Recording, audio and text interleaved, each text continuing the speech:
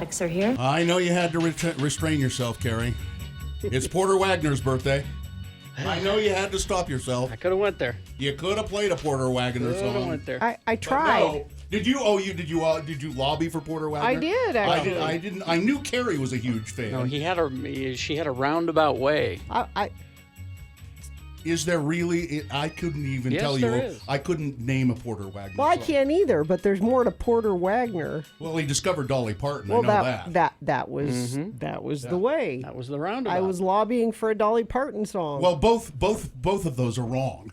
They're wrong? Yeah. That's absolutely nothing that should have happened or did happen, and I'm glad it Bill, didn't happen. do not badmouth Dolly Parton. Dolly she Parton, is a national... I'm fine with Dolly Parton, just not on my radio station.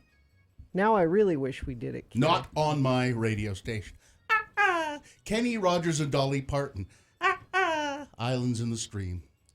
I heard a Kenny Rogers song yesterday. What is he talking about? kind of concerned. That's what she does that throughout the song. We're in love with each other. She goes like that. Find it. You'll see what I'm talking about. Exactly. She goes. That's an exciting song, real That fine. sure is. Thank That's you, Doc, Porter. very much. We're going to go back and do an old song that I recorded back quite a few years ago. The old hometown looks the same. It's real country, Nope. not this modern rock and roll country. Nope. Is my mama and papa. Oh yeah, I know. I do know this song actually. And down the road I look, and there runs Mary, hair of gold and lips like cherries. It's good to touch the green, green grass of home. Oh, see? You sucked him in, Carrie. Porter You Wagner. sucked I know that's. him in. And if you find Islands in the Stream, you'll know what You'll see exactly she does that. I know what you're talking about. Of course, we could have played. It's Kid Creole's birthday today. Oh, I didn't know that. Yeah. Sir Mix-a-Lot. I'm sure. This close. I'm sure. Thank you for not doing it. Yeah. The only song I know by Sir Mix-a-Lot is, I like big butts, and I Baby got back, Bill, yeah. please. Well, I don't care what it's called. It's an offensive and awful song. Offensive? He's celebrating women. Yeah, that's exactly what he's doing, Gina. He's exactly what he's doing. Have you seen the video? Have you seen the video loves women. where he makes that masturbatory motion No, and then white stuff goes flying across the screen? Okay. Have you seen that? All right. He's celebrating Okay. women. He loves women. All right. And then, of course, it's a guitarist for Culture Club. Oh, I didn't know that. Yeah, somebody. Well, potty break is coming. Maybe Somebody. we can do that. I think he played the guitar. It took pains to mention that it was. Do you really want to hurt me? So maybe that's the only thing he played on. But Or that's the only hit that they had listed. yeah, could be. But that song I had heard before, but I couldn't really place the artist until I looked at the list because On this day, yeah, Mark Knopfler, Knopfler. guitarist and leader of what are you talking about? Dire Straits. What does that mean? What are you talking about? I don't get that. What? Huh? Because it's KN. It's a Knopfler. Knopfler. Oh. You see? Did you take medication this morning? or No, I something? wish I had. You're a little punchy. I am very punchy. I'm out of it. I'm not in good spirits and would rather be anywhere but here. Really? You You'd bet. rather be anywhere, Anywhere. but here? Prison. You'd rather be prison. You'd rather be. That's kind of like being in prison this morning. Yeah, I'd rather be Anywhere but anywhere here. but here. Gina, that's something that people say as an exaggeration to drive home a point that they are not in. That's it's. Because nothing bad's happened here. This is a safe place, Bill. Listen, we'll discuss. There's padded We'll walls? discuss using the English language with you coming up a little bit later on. We will? Sure. Okay. And I'll talk about the exaggeration and sarcasm. I'll talk about that too. I don't know if you will. That sounded sarcastic to me. I don't know if I Now will. I don't know if he will. I don't know if I will either. Now I'm really confused. I may be just having you on. Now see, I don't know if he's... I don't- See, exactly. We don't believe a word you say today, Bill. Sarcasm. It's just an object lesson. Yeah, I'm not feeling well. But What can we do to help? Do you need a treat? leave me alone. What? Just leave me alone. Okay. Don't pick on me. Just leave me alone. Hey, finger steaks, by the way. Just to change the subject, I found some for you. You did? You have to go to Heber, Okay. but somebody sent me this email that says, and they sent me the menu Okay. for the Wasatch Back Grill Okay, let me look. Wasatch Back. in Heber, and on them, so they have some delicious looking, by the way of the menu, hamburgers there. Mm-hmm. They have something called the Lava Burger and a chili burger, Carrie. Sounds spicy. But they have finger steaks, and it describes them. Yeah, because I need to know, are they... Finger steaks and fries with a beef gravy dipping sauce. Okay. These are like small country fried steaks. That's what I'm looking for. I know. That's why I said it Okay. has a gravy dipping sauce The Wasatch Back Grill in Heber. in Heber. Okay. Let's see. They open at 11 a.m. Let's go. I was hoping they were open now because I was going to send you. Have you go, but no. Oh, I just went there. They also have a liquor license. And they have beer and wine. All right. So a fine glass of wine and some finger steaks, and you'd just be in heaven. So I think we should take you there. I'm out. You're out? I'm out of here. I'm Okay, see ya. it'll take me till 11 o'clock to drive to Heber. And It will? no. I think it'd probably take about 40 minutes. 40 minutes is hour, what I'm guessing. Were you being sarcastic? I was. I don't know anymore. I can't tell either. I don't even know what that is. What are we doing? I guess we ought to officially begin the show. All right. So I don't know. I don't have a question for wrong answers only. Why is Bill punchy? Wrong answers only. Okay, wrong answers only. Why am I punchy? Wrong answers only. Okay. 877-602-9696. Check in with the Radio from Hell show. Wrong answers only. Why am I so punchy today? All right, we'll take a break. We will be back with that. Everest Collision Repair. You know, I was just talking to my husband yesterday, and he said, we need to take the truck to Everest because we went camping this weekend, and we drove through brush. There was... So we've got some You got scratches? some scratches on the truck. He said, yeah, and a few dents and dings. We've had the truck for a while. We need a little refresher Clean at it up. Everest. Everest Collision Repair. If you've been in any kind of a car accident or you just need a refresher, go to our friends at Everest. They keep your needs on top. They put them on top and then they keep them on top. And if you take a donation for the Utah Food Bank or the Road Home, Everest will pay up to $200 of your repairs. They're locally owned and operated. Our good friend Jamie Cox and his crew do great work. There are 3 locations of Everest Collision Repair, Salt Lake, Sandy, and Tooele. You can find out the exact addresses and phone numbers by going to everestcollisionrepair.com. X9.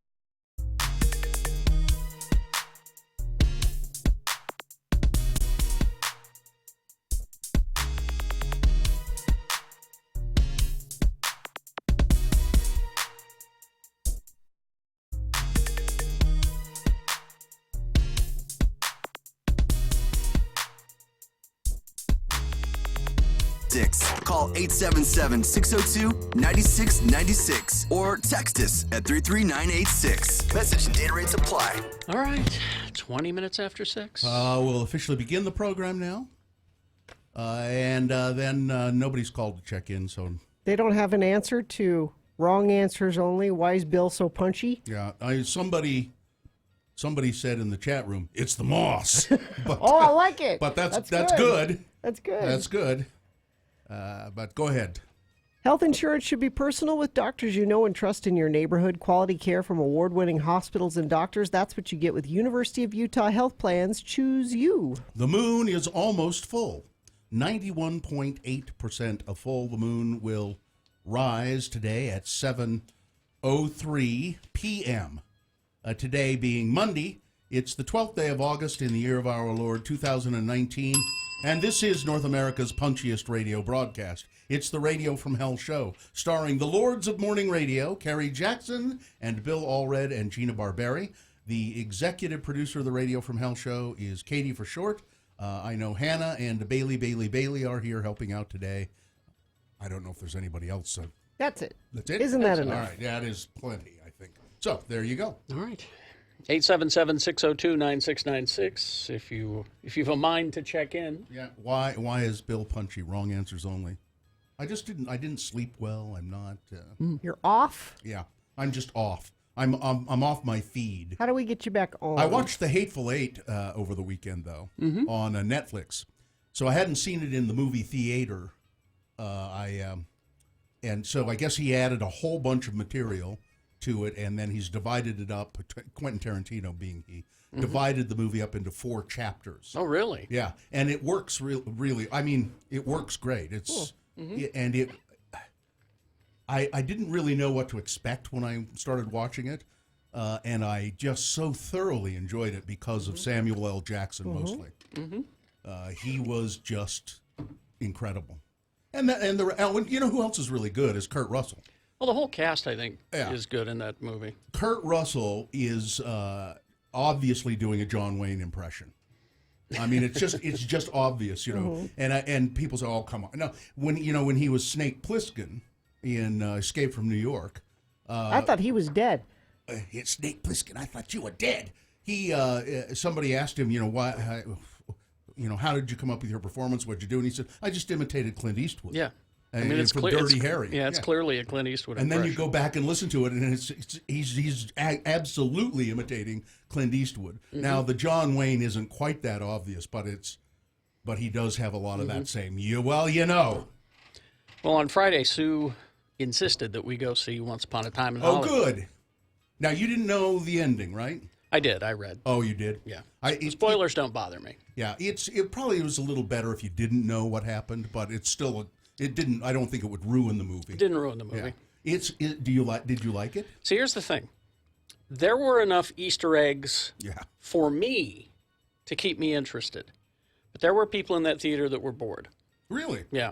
I mean, I was digging all of the old Hollywood stuff because Tarantino and I are about the same age.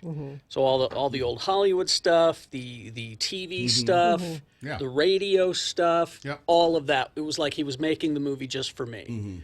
But I could see people up in front of us that were a little bored. Now, when I saw it,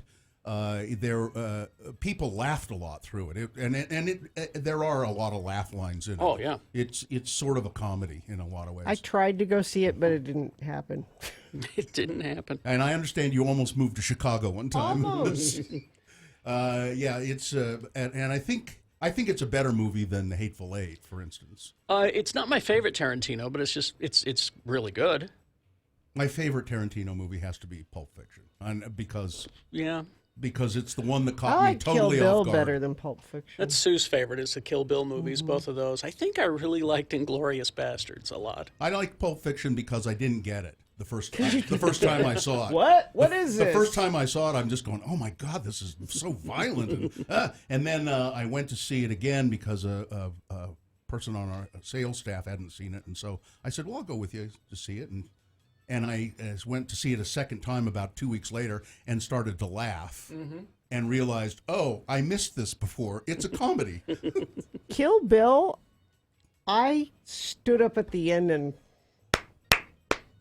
I never do that. Just Really? in your living room there? No, at the movie Oh. theater. I stood up at the end and clapped to Everybody no one that sit was down. there to hear it. Sit down, lady. I saw Inglorious Bastards with Jeff Weiss, and when they killed Hitler, we stood up and What? high-fived. Yay! Spoiler. Man.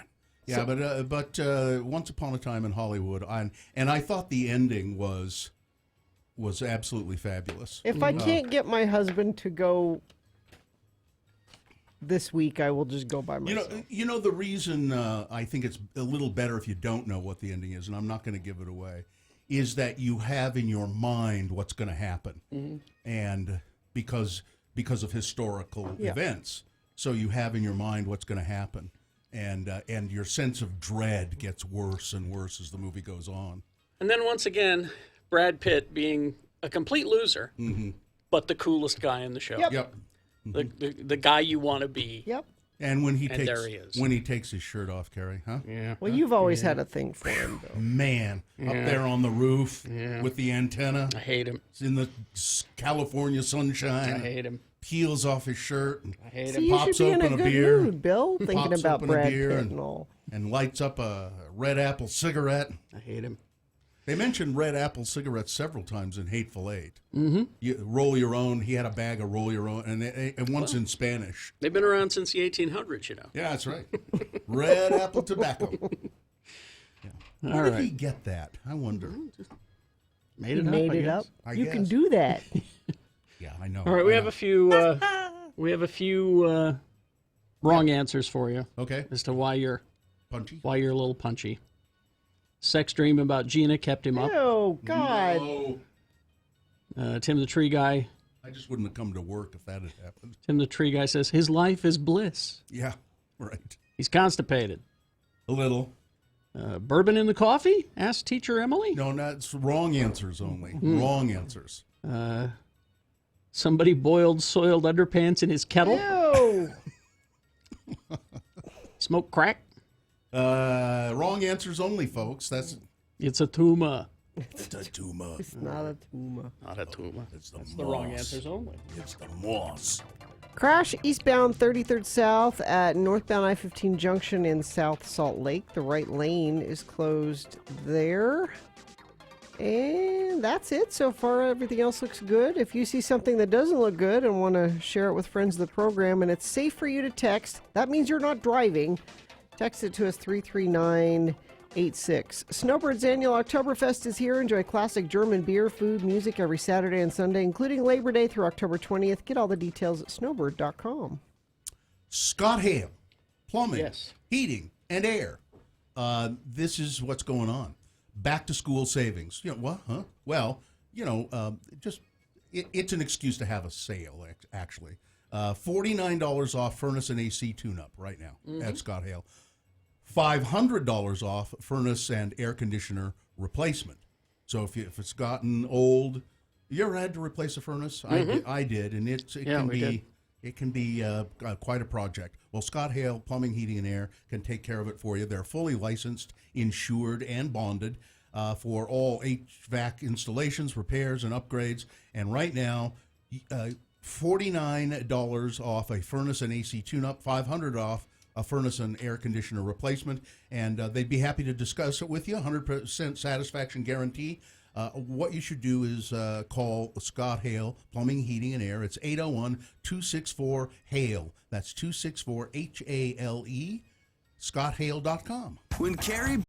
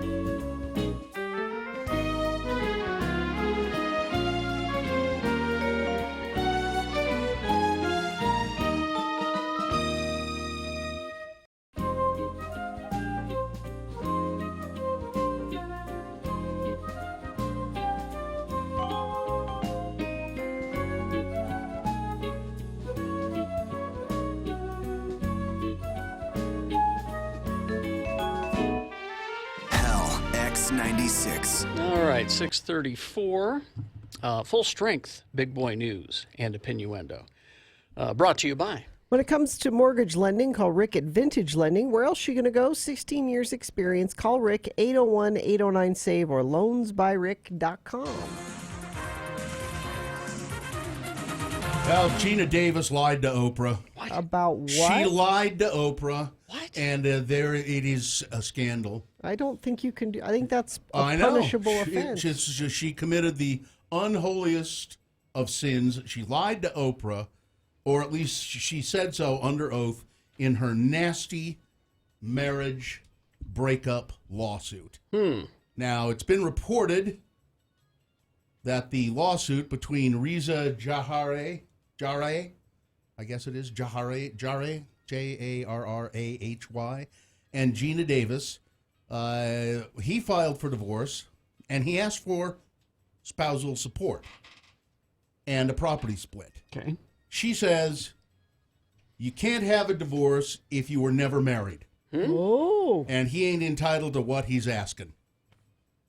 They allegedly, they tied the knot way back in 2001. Okay. But Gina says they never got a marriage license, and they never intended to officially get married. Reza, who is a prominent L.A. surgeon, filed for divorce last year, and we've seen, that is TMZ has seen, Gina's deposition in which she says, we intended to become married well before I was pregnant.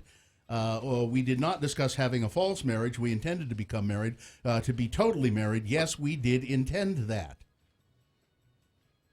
But then during the deposition, Reza's lawyer, Stephen Kolodny, yes, I said Kolodny, brought up an episode of Oprah in which Gina was a guest, and Kolodny said, you bragged about your marriage to Reza and what a great husband he was, correct? Well, she said she hadn't seen the episode. You were on it! And she didn't recall specifically, but she assumed his description was correct, and then Kolodny said, so you lied to Oprah. And she said, was there an yes. audible gasp There in was. the courtroom? Well, when she said yes, and everybody went, oh my God. Gina also concedes that she hired a wedding planner, caterers, and even had a Catholic priest participate in the ceremony. But if you don't sign the paperwork, none of that counts. Yeah, none of it matters. Gina Is that what they did? Gina claims in her legal docs that they never intended to have a legal wedding. Well, then why go through the motions? Yeah, why did you do that? She's lying to Oprah and lying to the American public. She's a disgraced former Hollywood actor, and I can't stand it when they lie like that. They think they can't separate their performances from reality. No. She thinks she's in some kind of damn movie. But she's not. This is real life, Gina. You sound like it's important. It is. I wouldn't have led with it had it not been important. Okay. She also says, during their relationship, that they filed separate tax returns. Okay. And had separate bank accounts and credit cards. Well, that proves nothing, Ms. Davis. Proves a lot, actually. No, it doesn't prove anything. I have separate bank accounts. It proves a lot. And credit cards, and so do you. And so do you. I don't file my tax return separately. Doesn't matter.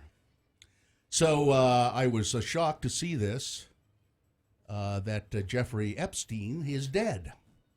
I'm disappointed.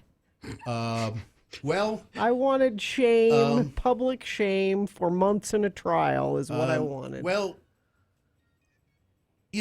so now Donald Trump has retweeted a conspiracy theory. Yep. That this might have been the work of the Clintons, his death. Well, don't you have But I have to say, when Jeffrey Epstein was dead, my mind went, who's responsible for this? Who is I immediately started having conspiracy theories myself because it's pretty easy to do. Now, I wouldn't lay the blame at the feet of the Clintons. I wouldn't lay the blame at anybody's feet until I see any kind of proof or evidence. But I did wonder, how was this allowed to happen? I think that's exactly what happened. I think it was allowed to happen. And I think that it might have been allowed to happen because somebody said, just turn your back on this for a Yeah. while. Turn your back on this He'll for take a care while. of himself if we Just turn your back on this for a don't while. watch. Who paid them to do that? I don't think anybody paid them to do that. I think he knew that he was not getting out of this. Sure. And he did it to himself. Absolutely. But Nobody he paid anybody to do it. I don't know that. My mind immediately. I don't know why you don't immediately go to a conspiracy theory on this. All of the powerful people that are wrapped up in this, all of them, and I mean really powerful people. I know. It's just too convenient. And I think that it's just so much more humdrum than you guys are making it. I think it's the guards were working overtime and not being paid, and they didn't care. They just kind of turned, just like, It says here they were being treated poorly and they didn't care. In the New York Times, guards on Jeffrey Epstein's unit were working extreme overtime shifts to make up for staffing shortages the night of his apparent suicide. A person familiar with the jail's operations tells the Associated Press. The person familiar with the Metropolitan Correction Center operations told the Associated Press on Sunday that one guard in Epstein's unit was working a fifth straight day of overtime, and another guard was working mandatory overtime. So I think if you've got, again though, Carrie, if you've got guards who are disgruntled and working overtime, and you say to them, "How'd you like to get back at the system? How about we pay you something?" I don't think they. I don't even They think it was took that. him off suicide watch, so it's not And even why like. would they do that? No, that's what I'm saying. I don't think they paid guards to. Who took him off again? That's the question. Who took him off suicide watch? Okay, it's then, not guards were paid off. So who did they pay that said take him off suicide watch? Who? Somebody. I mean, it's just idiot. I understand the conspiracy thought. I think the prison was just understaffed and underfunded. Maybe. That's it. Maybe. But I'm disappointed. Well, it's Disappointed! That's what I was. don't be disappointed. It's good. It will continue. Disappointed! But I wanted I wanted him punished. Oh, who cares? He just would have sat. He's done. He's cooked. He would have sat there and had the same look on his face the whole time, and you wouldn't. I mean, there's no No, satisfaction. I wanted derived him from in it. jail for He 30 was in jail. years. He I was in wanted. jail. And now he's dead. Yeah. Well, and he'd been meeting with his lawyers for like 10 hours a day. So this is not a man who had given up, there's that. So what are you saying by that? About that? It's just there. I don't think there's a conspiracy. Well, wait. You just said he's not a man who had given up. Yeah. Well, then. Maybe he got low one night and just went, there's no way out for me. Well, that sounds like a man who's given up. Yeah. I don't know. 13-year-old boy was bitten by a bear early Friday morning near Moab, according to the Division of Wildlife Resources.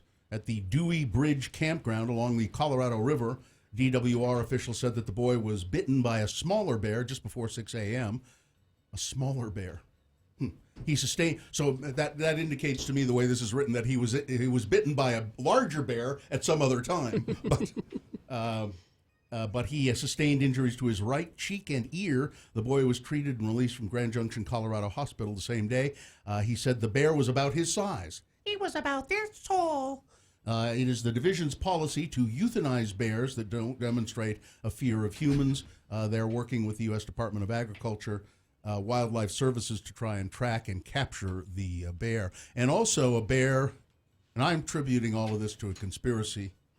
This is The Clintons? yeah, it's climate change. That's what's causing all of this. In British Columbia, a bear attacked a guy, but he remembered a gift from his father. He faced down this grizzly bear in British Columbia. Colin Dowler is his name. He said, "I know this is your territory, I'm just passing through, but we don't have to do this," he recalls saying to the bear. Just like that? It didn't help, though. Within a couple of minutes, I could feel the hot blood. But Dowler, who was on a mountain bike, had been exploring Mount Doogie Dowler. This is a fake story. It's got to be. It's got to be. Mount Doogie Dowler. It's a mountain some 200 miles north of Vancouver. Let's see. The mountain was named after his grandfather. So I guess I could. Okay. Okay. And he stumbled across this bear. He thought the bear would simply walk past him, but then it turned and got behind his bike. He used the bike as a shield. The bear started swatting at him. I was being ragdolled, eh? Suspended by my flank by a bear carrying me away. But the bear let go, started gnawing on his legs. That's when he grabbed his only remaining weapon, a pocket knife that his father had given him 2 weeks earlier, and he started stabbing the bear, and it made the bear stop and run away.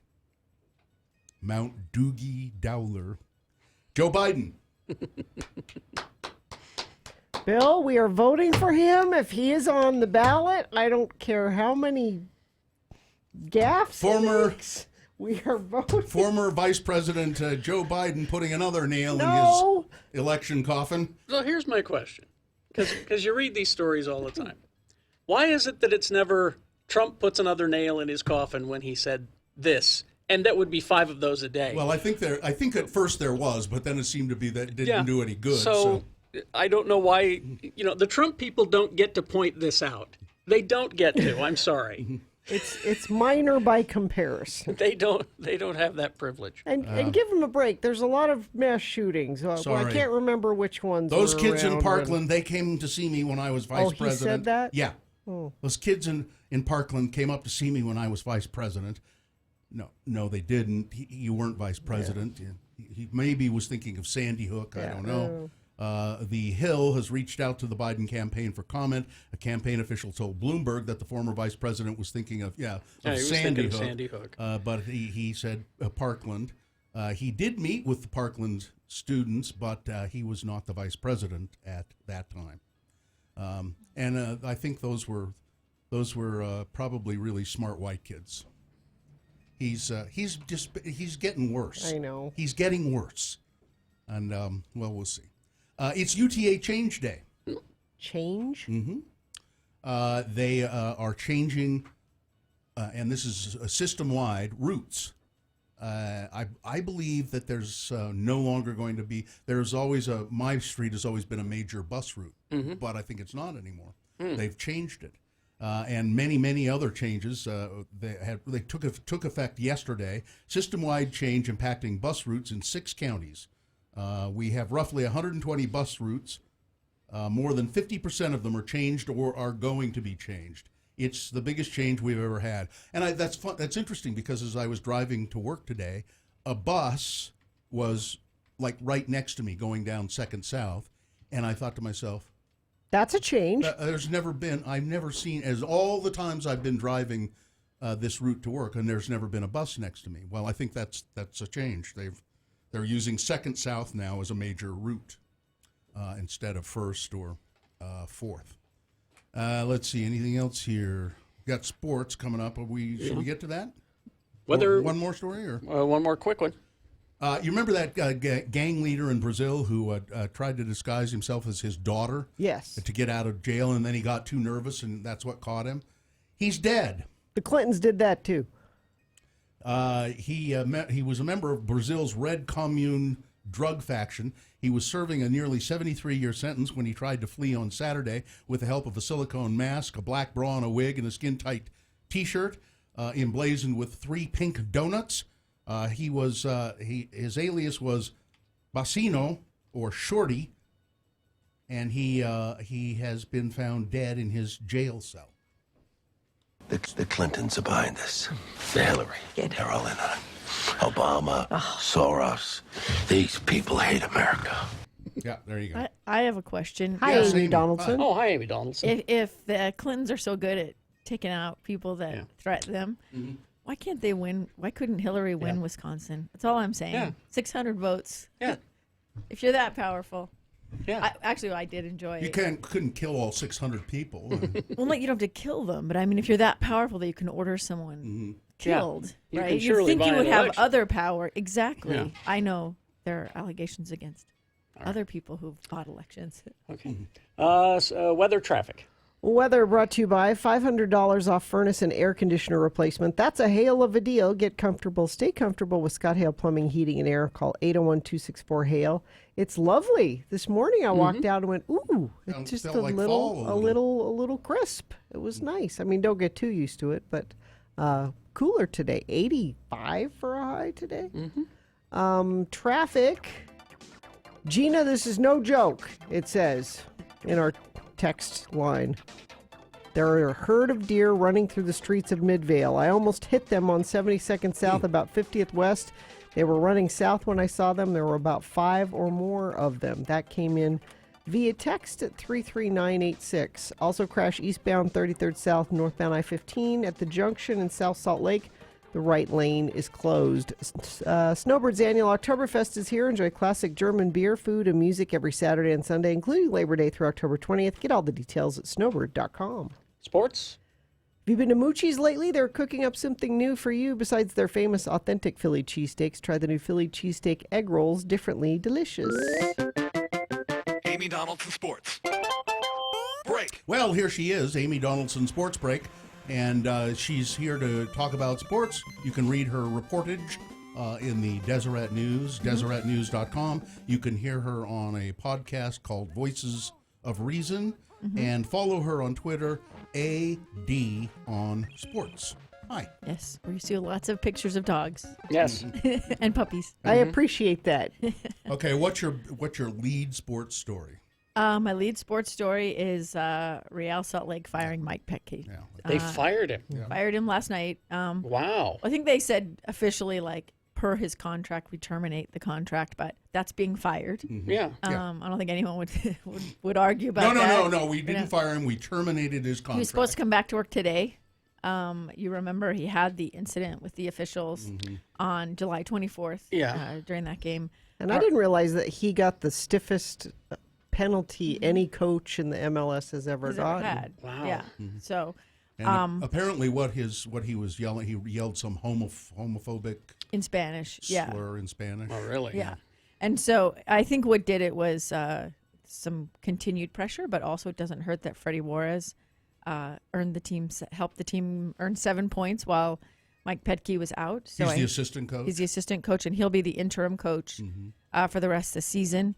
But I think they did hear from the community that that the fact that he wrote it down on a piece of paper and said take this to the refs, or there was some debate about how that went down, but there was no doubt that he knew what the word meant. My guess is too that they talked privately to team members too. Management talked to team members and said, "So what do you think about all of this?" Yeah, and I'm sure plenty of them said, "We don't like it. We don't like him. He's not been a good coach for us." The pressure came from outside the team. It was pressure sponsors from the community. and community. Yeah. Oh, really? Yeah. It came good. from outside the organization, I think. I don't have any doubt. RSL has been really great community partner, and they've done a lot of great stuff in the community. I have no doubt that what you say is not absolutely correct, but I think they were willing to deal with it until community members came to them and said, this is not going to work for us. So, and I think some people are still surprised that they fired him. I was surprised they did not fire him when it happened. I do think that the incident with Russell Westbrook and the Jazz, that sort of set this tone of, if you're going to ban fans for life for incidents that are happening in between the live ball, I think that's a pretty high bar. And I think they were probably hoping with that stiff penalty and the suspension that it would blow over, but it didn't. And I also think that's and I also think it's a probably good reminder to people that really good people have bad moments, and I don't think this should be like the end of his career or anything like that. But I would love to hear from him about sort of what went into that. He's always been very outspoken about everything, and my guess is we will hear from him. We will hear from him today. Yeah, and I don't know about today, but we'll hear from him. Yeah. I'm a little bit. I kind of think maybe he should have had a second chance. See, I don't, but I No, have but have he's gotten in trouble before. But this isn't the first. See, time. to me, it's not been trouble before. To me, it's knowing what that slur meant and using it against a specific person. Yeah, I don't really. That all of that stuff, and I'm not really exactly sure why the media has handled it the way they have. Maybe it's because it's sports media, not news media. Yeah. But I do exactly think it. there's this debate about repeating slurs and what you call them, and do you call them homophobic. They didn't say that for the first, Yeah, 10 I don't days. even know. I don't know what was the. I had to say? go on like message boards to find And it. who did he lodge this The against? ref. A referee. One of a specific referee. and he used a horrible word for homosexual. I Yeah, guess. well, he used a word. I believe it's like a derogatory word about women and women's genitalia. I'm not positive on. I saw the word, the Spanish word, and it's a word that has taken on a slang meaning like we have here. Sure. And then he used that repeatedly, and then he wrote it down and used it. And so there was some debate about, did he know what it really meant, right? Was he just using this, what he thought was a swear word? So anyway. But they won this weekend. They did win, and they've been winning, and that's, I think, what gave. Some people are saying, well, they're just happy Freddie Wars. I think it was probably a collision of all those things coming together. Yeah. But they play at Seattle on Wednesday, and that will be Freddie Wars' first official They're interim just saying head for coach. now he'll be the coach for the rest of the season, and Sure. we don't know what'll happen Yeah. after Acting. that. I mean, but coaching is a small universe, and this might be a really good opportunity to get somebody like Freddie Juarez in a driver's seat. So it's been interesting to see how well he's done and why, and we'll see what happens. All right. Utah Royals, their winless streak of 6 games came to an end on Wednesday. They scored 3 goals in one game for the first time against Sky Blue FC, and then Sunday afternoon they scored another 3 goals to a 3-1 win over Washington-based Seattle Reign. Let's see. The biggest thing is they have 8 matches left, and then I think they're like 2 games out of the last playoff spot. Okay. So if you get a chance to They could catch up. They could. support them, yeah, they absolutely could. And then Simone Biles, if you haven't seen Yes. the videos. I didn't see the video. I just heard about It's it. amazing. It's really easy. Just search it on Twitter. It's easy to find her YouTube. But she won her 6th all-around title at the U.S. Gymnastics Championships on Sunday. And watch her beam routine where she does a double backflip for the first time ever off the back, a dismount. And then on the floor exercise in the preliminaries, she did this. Let's see. I mean, I'm not a gymnastics person, so don't tweet at me. You got to 'cause say it right. But it's a triple double on the floor. And if you see it, you're just How you like, go from the floor to? She's like 20 feet. I'm It's in- exaggerating. She's like a but superhero. she's triple. So that's a triple flip and a double spin. So that's what she's. People do this on skis in the Olympics, and that's their whole just did it trick from the start to finish. floor. One thing, right? She jumped and did it. She jumped on the floor and did it, and Just and amazing. the first time she landed with her hands down, and she was mad and watched it on video, and she came back and did it again, and I'm just like, she's unbelievable. So it's pretty incredible to see someone go, like you say, from the floor, standing and do it. Yeah, I mean running, but. University of Utah's Michaela Skinner, she was named to the senior women's national team on Sunday. Oh, way to go. Also had some impressive performances. She won a bronze on the vault. And I think she was like in the mix in all of the events. But remember, she's just going back into elite competition from competing in the colleges. So kind of a fun little thing. Maybe she'll make the Olympic team. And then right? which Williams sister was it that lost badly? And I actually did not know about that because it's the 15th annual tour of Utah, Bill. yes, it It is. starts today It is. at Yes, it Snowbird. is. I didn't know if they were going to have it because of all the mudslides Yeah. and changing Bill our was there spec- for the kickoff. Yeah, I was up there Saturday. They had team introductions, and I talked. up at Snowbird. Yeah, I talked to a couple of the racers, and they said, both of them said, it is the toughest stage race in America, certainly. And I said, have you guys done this before? And both of them had done it Tour of Utah several times. And I Yeah. said, what's wrong with you? Yes. What is really wrong Well, with you? this year the Pro League is it's only 3.3 miles, but it's Snowbird, and then there'll be like Antelope Island They and said Logan the and Brigham toughest City. one is going up to Powder Mountain. That's the from Brigham road- City to Powder Mountain. The road up to Powder Mountain. And I said, I don't even do that in a car. And high school football starts this week, so Oh, game on. is it? All right, Pretty thanks, soon. Amy. Yeah. Thank you, Amy. Quick check of traffic. I don't have an update on the deer in Midvale. If somebody could give me what's their 20? Need to let people know where the deer in Midvale are. 33986 is where you do that. All right. Thank That's you very traffic. much. We'll be back around one of your boners on the way. New Duello Homes. Yes, New Duello. Text the word money to 62687. Yeah, money, M-O-N-E-Y, to 62687. And you'll find out about available down payment assistance money. Not just, and this isn't just for low-income buyers. New Duello works with hundreds of builders to help you find the most perfect brand new home. Thousands of dollars in agent rebates and grants are available, up to $28,124 worth, as a matter of fact. That's grants. That means you don't pay it back. Yeah. Oh. So text the word money to 62687, and from there you'll be able to learn about what you'll need to do to qualify for those special programs. This is the time to buy new, so you can be in your home quickly, with, maybe in a couple of months. Just text the word money to 62687. The music starts at 10 with a 1 hour.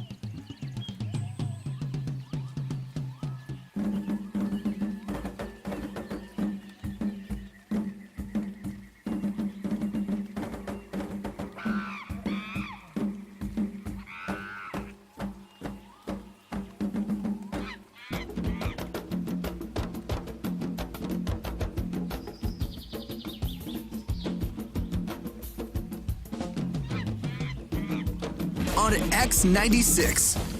All right, 7:04. Yes, Gina.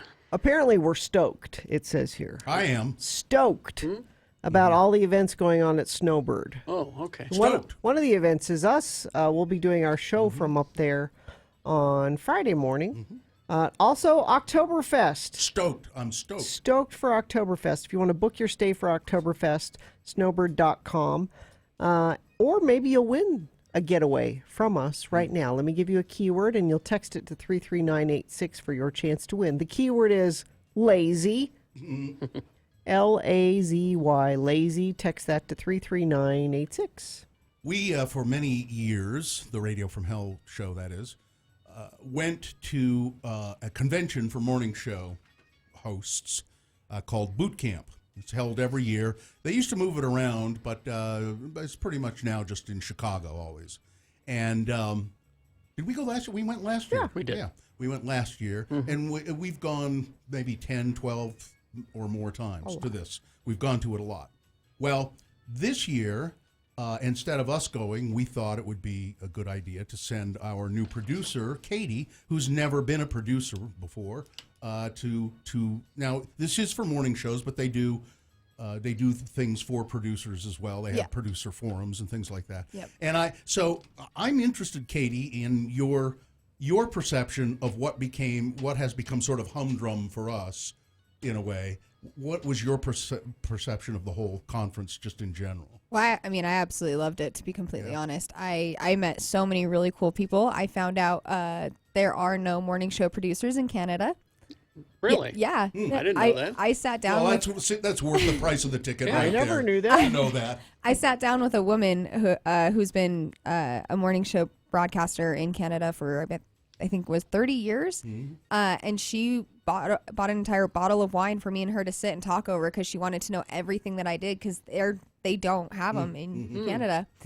I met a lot of really cool people. Like, can you remember some names? There was Brody and Randy from another Canadian new. So you met nice people then. Very nice people. You didn't meet the Americans, any of the Americans. I did. There was this guy named Trumpy. Ew. But he was really, really nice. It's TRUEMPY. He was from New Jersey, works in Western Mass. He was really cool, really nice. In a very small company up there. But there was so much to learn. And then, it really is true. A lot of radio hosts like to drink. So that was wonderful. We went out. One of the funnest things that we did was United Stations went and rented out this entire court for a game called Whirly Ball. Whirly ball. Whirly Ball. So this is not on the West Coast. It is a mixture of bumper cars and those beach games that have like those big scoops that you toss the ball to each other with? And that. So there's like boards on each side of the court that you have to throw the ball at, but you're driving this bumper car while trying to pass the ball and get it off the floor and hit this target. Absolutely blast. It was so much fun. So that'll really help your radio production. Exactly. No, it was a really good way to let go, though. It was a lot of fun. What are some of the sessions you went to? I went to almost everything except for some of the awards. There was. What? You didn't go to the awards? I told her she could skip it. I wanted to go eat food, so there was that. My favorite one was the Breakfast Club panel about the morning show in New York called the Breakfast Club. It's a hip hop morning show, talk radio. It's super insightful, kind of an idea of what my long-term goal would be for my career way down the line of hopefully getting my own show. Already making plans to move on. Not for a while, but it's a chance. The Producers Forum was incredibly full of knowledge. I have so many notes from this. It's amazing. And then I have a list of 10 things that we need to start. List? Yeah, a list of 10 things we should look at on how to create a better morning show. The first one was not to waste breaks. I have the list in. What are you saying, Katie? Well, we'll see. Not to waste breaks. I met Mike Stern. Here's what she means. When we're going over our list in the morning and we say, what are we going to do at this time? When we go, we'll figure it out later. That's what she means. Yeah. But we always do figure it out later. We do, yeah. We always figure it out We later. do. Sometimes we don't figure it out. I met Mike Stern. Gina, which was I don't really know where cool. you are. I figure it out. So I put a face to the name of Mike Stern, who is our radio consultant. I'm sorry. He was really kind. He is a very nice man. And he sat with me and kind of we were talking during the panels, and this is something you can look at. This is something that you can like compare. He was reminding me that all radio shows are different. All producers are going to be different, and things like that. And did he tell you what he really thinks of us? Because he's always kissing our ass. Yeah, okay, fair enough. He's always kissing our ass. I don't know. What did he say? I really can't stand those guys, right? No, we actually ended up talking a little bit about Richie because he reached out to me while I was there, and yeah. So, but I really want to go back next year. I met so many great people, and the food there was wonderful. Oh my gosh, we went over to the Navy Pier for the last night. It was so much fun, super pretty. And the humidity was great for my skin. Good. Look at all the positives. Plus side on that one. So much. Yeah, we'll probably go next year. I would absolutely love that. It's a night. Oh, did you go to the Battle of the Bits? Yes, that was so much fun. I have a list of new ideas that we could incorporate and things like that. Now, what we always come away with from the Battle of the Bits are none of the bits that they suggest we think are any good. Usually, some of them really weren't that great. But it gives us ideas of how we could do it differently and make it work. That's exactly it. So I took some of their ideas and then I kind of thought about how we might be able to change them up, make them unique for our show. I want to know what else is on your list. I'm gonna type up a whole thing from She's from gonna all give my us a notes and report. kind of just go over everything that I learned, and that's my plan. Somebody says, I'm from Chicago. I'm glad you did Whirly Ball. So much fun. And somebody else says, Whirly Ball courts are manufactured here in Utah. Oh, interesting. I'm surprised we don't have one. Yeah. Well, maybe we do. Maybe we do. We just don't know about it. Maybe I'll go search that and see if we do. Yeah. We'll go play Whirly Ball, guys. Okay. Lionel is wondering if you attended the Friday morning fart song panel. Nope. Unfortunately, I was sleeping. Oh, and who was the entertainment? They always have a comedian. Oh yeah, what was his name? He was on Conan. I'll have to look it up. I'll post it later. He was incredibly funny, super sweet. But it was really enjoyable. Good. All right. Yeah. Well, good. So thank you guys for helping me get there. Thank you for going. Of course. I don't have an update on the deer. No update on the. Damn it. Deer in Midvale, a loose herd in Midvale. I need an update. And there's nothing else really going on. If you see something you want to share with friends of the program, doesn't have to be deer. Could be actual traffic. 33986. All right. Boners round 1 coming up. Here are your candidates. Number 1, pastors are next. Number 2, iguana chucker. And number 3, wait, where's my 401k? All right, so there you go. Round 1 of your boners, big boy news, opinioendo, all coming up after these. Stand by. 23andme.com is the web. Oh, well, it's 23andme.com/x96 is where you need to go to get the deal I'm about to tell you about. Now, sure, DNA testing can tell you about where your ancestors are from, but you may not have known it can also give you a lot of genetic information about your health and traits. Understand more about yourself today and inform how you live your life going forward. I mean, if you're putting together a personal health plan, the right data could be very helpful, right? Your health reports can give you insights about your DNA so you can build a health plan that is unique to you. And that's where that website comes in so handy. There's so much information on there. It's amazing, the stuff that I've learned about my tests and my health and all of that. Understand your genetic predisposition to health conditions like type 2 diabetes, harmful blood clots, inherited high cholesterol, or hereditary breast and ovarian cancer. All that stuff's there, and it's fascinating. I get lost in this information for hours sometimes. 23andMe reports do not diagnose disease or describe overall likelihood of developing any disease. 23andMe tests selected genetic variants only. Visit 23andMe.com/x96 for important test information. Order your health ancestry kit at 23andme.com/X96, and you can meet your genes in 125 personalized genetic reports. That's the number 23andme.com/X96. Every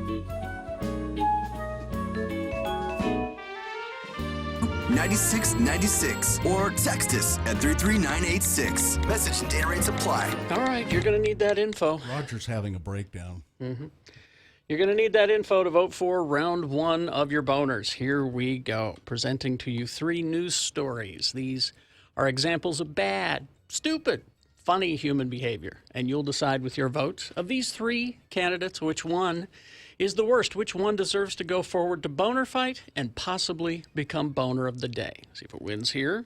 It secures a spot in Boner Dome. Doesn't make it boner of the day yet. It'll have to defeat the winner of round 2's voting. We do this again at 8:20 with 3 more candidates. You'll vote there as well.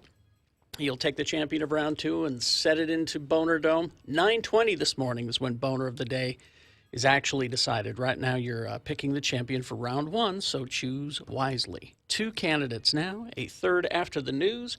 Once you've heard all 3, then you'll vote. And one of you lucky random boner voters will receive tickets to see UB40 at the DeJoria Center, August 23rd. Tickets are available at smithtix.com.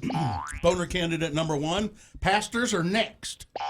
A prominent Republican has said that the El Paso shooter should not be prosecuted under federal hate crimes laws because that could lead to pastors being put in prison. Really? Representative Louis Gohmert it's just him. Okay. was interviewed on local news station KETK, where the host bemoaned how mass shootings were being politicized.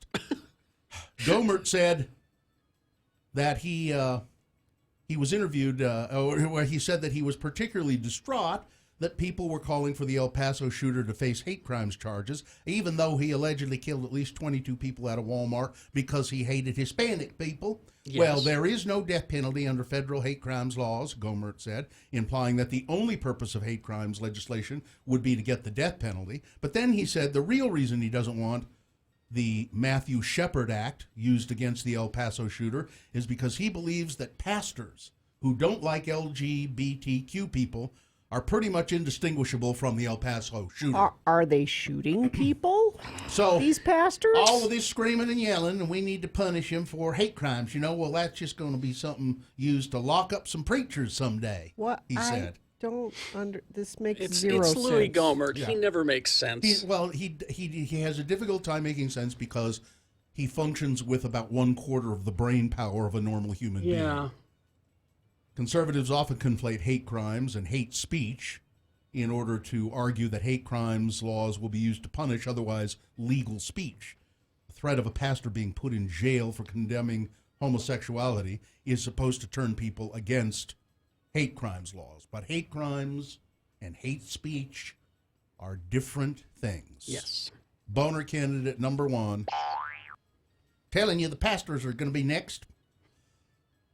Boner candidate number 2, iguana chucker.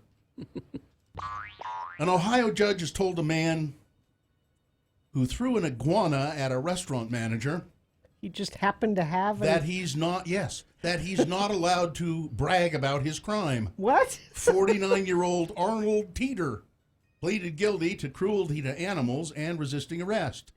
Paynesville Municipal Judge Michael Giancetti sentenced Mr. Teeter to 2 years of probation. The conditions also include that Mr. Teeter cannot live in a home with animals for 5 years. In April, authorities said Mr. Teeter pulled a 2-foot-long iguana from underneath his sweatshirt, swung it around by the tail, and threw it at a Perkins restaurant manager, but he missed. The iguana suffered a fractured leg in the incident, but later recovered. The lizard ended up with Teeter after getting away from its rightful owners while they were moving. It has since been returned to its rightful owners. But Mr. Teeter got animal cruelty charges, and the judge says you can't brag about your crime. Boner candidate number 2, iguana chucker.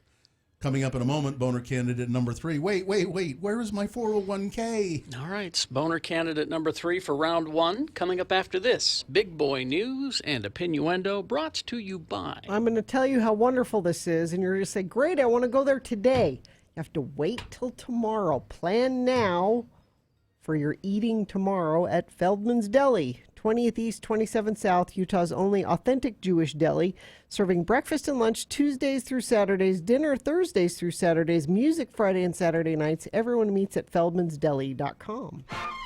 So we had that iguana story, the boner candidate number 2. There's another lizard story in the news, and this is about Komodo dragons. Now, there is a place called the Komodo National Park. It's an island, Rinca Island, and it's part of the Indonesia island chain or archipelago. And there are lots of Komodo dragons there, and they're big animals, and tourists go there and they watch them, but it can be dangerous because they are big and they bite. And so this story talks about that a little bit, but then it says, here are the most infamous Komodo dragon attacks of the past 10 years. An 8-year-old boy in 2007 was killed by a Komodo dragon on that island. It was the first fatal attack on a human in 33 years, according to The Guardian. The attack took place, it bit the boy. By the way, they have venom as well. Yeah. So they bite and they have venom. And an 8-year-old boy killed by a Komodo dragon. In 2008, a group of scuba divers were swept from waters near their boat by the infamously strong current in that area. They ended up swimming and ended up on the island and were attacked by Komodo dragons. I think it's amazing. And they have, in fact, killed people. It's rare, but so just don't go to that island. More things to worry about. Just don't go to that island, Gina. You'll be... And don't go to the Salt Lake International Airport, for heaven's sakes. I might have to do that. 40-year-old California man was arrested Friday after police said he assaulted his wife who was holding their child inside the Salt Lake International Airport. According to arresting documents, the family had missed their connecting flight, decided to rent a car for the rest of their trip. The man became upset with his wife over the rental vehicle and luggage. Because it was all her fault? Witnesses, it must have been. Witnesses said that Yukaro Kuroki grabbed his wife by the throat using both hands as she was holding their child in his arms. He then shook her so hard she fell to the ground. As the woman fell, she tried to shield the child, but both of them hit the floor. Witnesses in the area interceded to ensure that no further violence would occur until the cops came and they took Mr. Kuroki into custody. Good. The woman sustained minor redness to her neck and throat, no other significant injuries, and the child wasn't injured. Both people, however, assessed by medical personnel, they were cleared medically. The guy was, the husband was booked into the Salt Lake County Jail, and don't know if he got out or not, doesn't say if he's got out on bail or not. With congressional blessings, Space Force is getting underway. Space Force! Early last year, President Trump riffed on the idea of Space Force before a crowd of Marines in San Diego. It drew laughs, but the moment was a breakthrough for a plan that had been languishing for 20 years. I said, maybe we need a new force, and we'll call it Space Force. I said, maybe we need a new force. There it is. We'll call it the Space Force. And I was not really serious. And then I said, what a great idea. Tremendous. Tremendous. Space Force.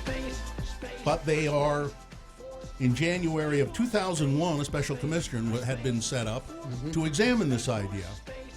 Donald Rumsfeld said, we need to become the top national force in space, and there's a plan of there's been a plan ready to be put in place for that long, and they're going to start doing it. I guess. Space Force. Yeah. Meanwhile, Space kids are going hungry. Yeah.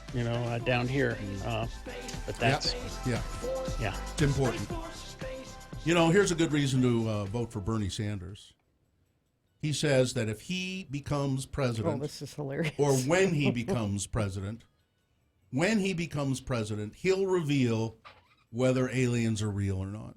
I think this is huge. U.S. Senator Sanders said that he would keep us in the loop on all things extraterrestrial if he's elected president in 2020, which might be a pretty good campaign strategy when you think about it. You want to know? Well, vote but now for me. If Trump's paying attention, he can beat him to the punch. Then that way Bernie has nothing to run on. Exactly. The 2020 Democratic candidate made the comment Tuesday on Joe Rogan's podcast when the host asked whether he'd let us know if he found out any details. Sanders' response was, "My wife would demand that I let you know." Clearly, my wife would demand that I let you know. Hey, she's his campaign manager, you know, June Sanders. She's a woman of the people, and she started doing some digging. Her husband said she's already questioning the senator. "Bernie, what's going on? You have any access to the records?" And he says, "I don't at this point, but if I'm elected president, I will." Let's see. I had no idea.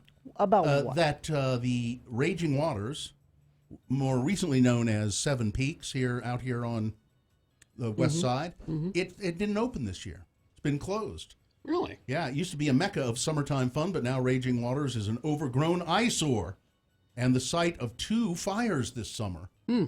Tall grass and dry weeds near the slides ignited on July 23rd. Salt Lake City fire crews were able to save the slides. Less than 2 weeks later, flames tore through the park's vacant office.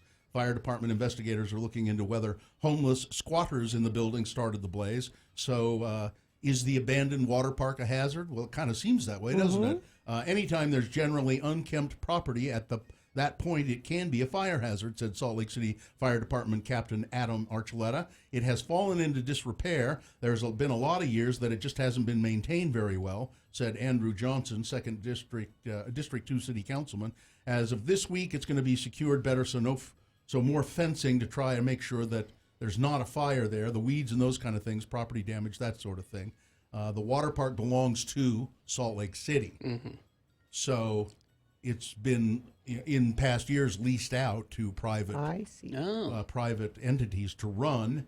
Seven Peaks deal expired, and now a company called Blue Island has taken over. Company representatives said they have plans to renovate the park into a destination resort with new pools, slides, restaurants, retail space, and even the world's longest lazy river.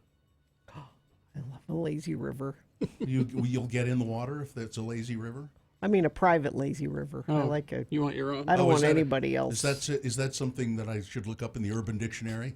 Hey, honey, you want a lazy river? I'll give you a lazy river. I don't like people soup, but I like the idea of a lazy river. The concept. Yeah. So, in other words, no, you don't get into a lazy river. Nope. People soup. Yeah, that's where you know what they do in there. I'm telling you, it's the reason people get it. I realized this when I was staying at the MGM.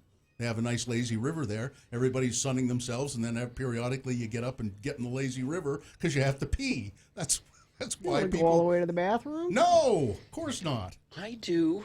Listen, lots of people don't. Lots of people don't. There's so much chlorine in there. Yeah. And Miley Cyrus. You're selling it. You're really selling it to me. Miley Cyrus. Oh. And Liam Hemsworth. I'm so shocked. Splitsville. That this didn't last. After 1 year of marriage, she left him for a woman. Well, she's been seen macking on. Do people say that at all? I don't. I wish you wouldn't. I don't care if other people do, but I wish you What's wouldn't. wrong? I haven't heard that for a long time. She was seen macking on Caitlyn Carter, who used to go out with Brody Jenner. So they were together wearing some sessy swimsuits and doing some pretty heavy smooching. So I don't know what's going on there exactly. But I guess Liam says, I can't be having any of that. Really? Well, I think he was okay with a little bit of it, but not too much. It was starting to get a little... Yeah. Well, again, I'm just shocked that it's over so quickly. And there are pictures of them together where he's smiling at the camera and she's licking his cheek. So, I think maybe he got tired of that too. She can't seem to keep her tongue in her mouth. Is Miley Cyrus. It's always hanging out somewhere. All right, that's it. I'll give us another story. One more? Yes. Let me do a bear attack, another bear attack. Another story. one? Yes. A black bear broke into a house before escaping through a wall. Police in Colorado said that the bear break-in happened on Friday when the house was vacant. No one was injured, but the smell of rubbish in the house apparently attracted the bear, and it broke through the wall. like the Kool-Aid man. Broke through the wall, went into the house, and started eating whatever was in there. Yeah. Please do your part to keep bears wild, they say. Keep your garbage where they can't smell it. Put it in stuff. But apparently there was garbage in the house, and the bear got into it. Clean up your damn house. Exactly. This was in it was in Estes Park, Colorado, so that's a fairly populated area, too. All right, that's it. Weather traffic. Have you been to Moochie's lately? They're cooking up something new for you. Besides their famous authentic Philly cheesesteak, try the new Philly cheesesteak egg rolls. Differently delicious. Well, it's a little cooler than it has been. You'll notice that leaving the house this morning. You'll go, ooh, is it fall? Is it here? I mean, don't get too excited. It's not fall yet, but it feels nice. And we'll only be in the low 80s for a high today. We'll be back up in the 90s by the weekend, but very pleasant. Traffic is actually pretty pleasant. The only incident I have to report to you is a crash eastbound 45th South at 5th West in Murray. The eastbound lanes are blocked. Westbound to southbound lane blocked. Use an alternate route through there. But that's the only accident being reported. If you see something you want to let other friends of the program know and you're not driving and it's safe for you to text, 33986. Stop by the Gateway, see what's new, dine at Cheddar Burger, enjoy a cocktail at the Lounge by Wise Guys or a Seabird cocktail at Vinyl Lounge. The Gateway is your entertainment destination with new spots opening all summer. See what's new at shopthegateway.com. Here's boner candidate number 3. Wait, where's my 401k? An Oregon man threw out $23,000 of savings, his retirement money. He was reunited with the old shoebox full of cash over the weekend, though, after an employee at Northern California recycling facility spotted the money. The Ashland, Oregon man realized his terrible mistake, but assumed it was too late. The recycling truck had already picked up his rubbish and was heading for the recycling plant in Humboldt County. All of his $23,000 in the truck. The man's waste had nearly been processed by the time the distressed man contacted the recycling company and said, "Is there any chance?" "Well, we take in a lot of stuff every day, so the odds of finding a shoebox full of money is not very good," said the recycling people, "but we'll take a look." And they hunted, and the box showed up, and there in the box was his money, except for $320. That's pretty amazing. He got that much of But it. who took $320? Well, maybe it fell out. Yeah.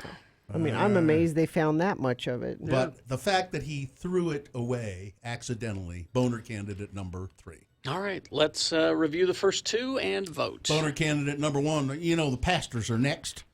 That's Texas Congressman Louis Gohmert says if El Paso shooter is charged with a hate crime, the next thing you know, they're going to start charging pastors who don't like the homosexuals with hate crimes. Boner candidate number 2, iguana chucker. That's a man assaulting somebody in a fast food restaurant with an iguana. Swung it around by its tail and threw it at the guy. And boner candidate number 3, wait, where's my 401k? All right, you've got to decide of these 3 candidates which one is the worst, which one deserves to go forward to boner fight and possibly become boner of the day. See, if it wins here, it's not boner of the day yet. It has to defeat the winner of round 2's voting. We'll do this again at 8:20 with 3 more candidates. We'll take the winner of each round and put them both up against each other in Boner Dome. 9:20 this morning is when you'll decide boner of the day with Boner Fight. All right, so you got to pick the champion of round 1 right now. 1, 2, or 3. Remember your candidate number, the one that you think should win. Put that number, that single digit, in the message of a text and text it to 33986. Easy. Or you can call 877-602-9696. Use your voice to vote. Hannah's taking your votes in the producer's booth. Or go online, x96.com. Look for the box that says Boner Voting August 12, 2019, and vote there. You've got less than 300 seconds to do it, so let's go. This is round 1. All right, Big O Tires. Big O is locally owned and operated. 40 stores from Logan to Richfield. and they like to help out the community. So this year, Big O Tires is donating $30,000 to Shriners Hospitals for Children.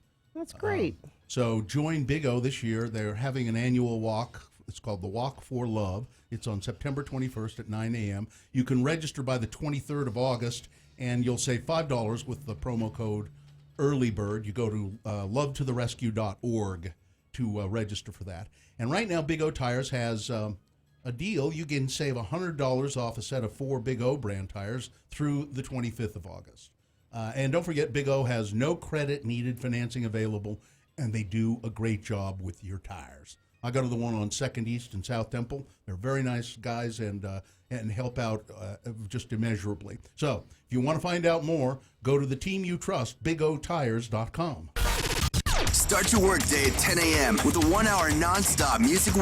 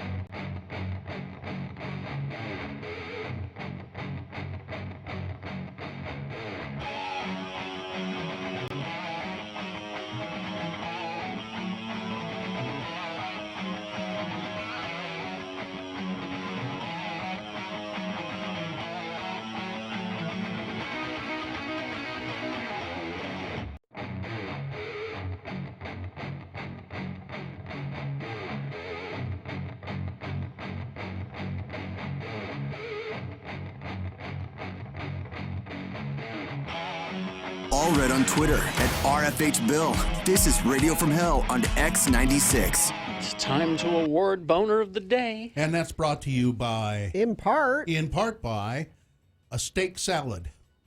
And yes, it's Monday again. Let's celebrate the passage of time at Gracie's with live jazz. Gracie's Monday night jazz session featuring David Halliday and the Jazz Vespers Quartet from 7 to 10, adults only. Boner candidate number 1, pastors are next.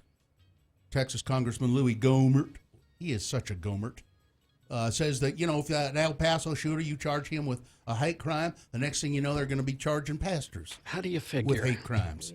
Because, if they dare to speak out against homosexuals. That's hate. It's not the same. And then boner candidate number 2, iguana chucker. This is animal cruelty. This is a man in Ohio who swung an iguana around by its tail and threw it at a guy that he was angry with. And boner candidate number 3, wait, where's my 401k? Where's all my retirement? He threw it in the recycling, the moron. $23,000, just psh. So, but he did get the money back.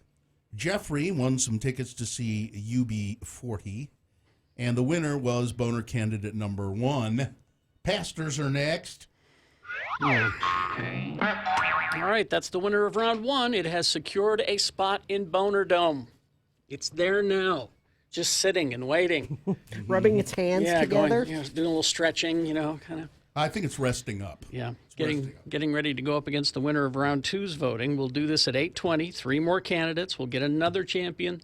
Then we'll send them both to Boner Fight at 9:20 this morning. That is when you'll decide Boner of the Day. So I was. Do you remember Big Ass Show? Maybe 3 years ago, or maybe a little more, where I had a head wound. You remember that? No. So I was. Oh yeah, I remember. The night I remember before, we're sitting there in Gallivan Plaza, debating on whether he should go to the emergency room and get stitches. So the night before the Big Ass Show, I, for some reason, just in the middle of the night, I was sound asleep, found myself flying through the air, and I hit my head on the back of my head on the table. I remember now. And and I don't know how that happened. I just don't know how it happened, other than I was, boom, in the air and it fell on the floor. It was a ghost. Might have been. And I remember, so my wife was looking at it, and she said, I said, stitches? And she said, no, you don't need stitches. Remember we had the EMT guys at Big Ass Show? I know. I said, when I got to the Big Ass Show the next morning, somebody said, hey, you got blood running down your neck. And I went, what? Oh, crap. And so I went to the EMTs there, and the gentleman said, yeah, you probably should have had stitches in that, but it's too late now. It's just too late now. They said, here, we'll just bandage it up. And I said, well, if you're going to put a bandage on it, make it big. And so they wrapped gauze all around my head and stuff, and I wandered around the Big Ass Show all day going and saying, I have a head wound. This is a head wound. That's all it is. And so, but the same thing happened to me Friday night. I was sound asleep, and then all of a sudden I was flying through the air, and I hit my jaw on the side table. Sounds like you need to get rid of your... Look at that. Wow. Good Lord. Sounds like you need to get rid of your nightstands. I don't... Yeah, so I'll just hit the floor. Padding. Or... this has happened twice in 4 years or 5 years or something. How but would I you can't. hit... I don't know. Because he has a big bruise like up on his inside of my arm. inside of his bicep. Yeah. I can't even imagine how you would. I don't know. What angle you would need to. Don't know. Come up out of bed to. Don't know. Can't say. But my jaw is. You can't see a bruise, but it's. Like right in there, it's really tender. Like I just. Do you have bedposts? No. Nope. I have no idea how I got the bruise. Maybe I don't know. Maybe I tried to grab for the nightstand or something after I hit my jaw. But I still can't. I bruise pretty easily on the inside of my arm there. I can give myself a bruise by just pinching it on the inside of my arm. So it didn't have to be much. Are you taking Ambien? No. The chat room is suggesting that it might be time to get rid of that cursed doll. Oh. Oh, yeah. Sitting in the chair at the foot of your bed. That thing. I'd forgotten it was there. Yeah, it's just the weirdest sensation, though. I think, Bill, you need, those home security cameras. Oh, yeah. I think you need one in your room, and then you need to review the footage. If it happens one more time. No, do it now. Because it's already happened a couple times. Yeah, in 4 or 5 years, Gina. That's not really. That's more than I've done it. Are you sure? I don't think so. But it is a very odd sensation to realize that you're kind of in the air. And I mean, I'm not really like levitating up but somehow I'm flinging myself out of bed, and I don't recall having a dream or anything. But serious question, you're not taking like a sleep aid of any kind. No, not really. No. Not that I'll tell you about. Not really means yes, but I don't want to talk about it. No, I take an antihistamine that can make you sleep soundly. It's like a Benadryl kind of, but it's not Benadryl, but it's kind of like that.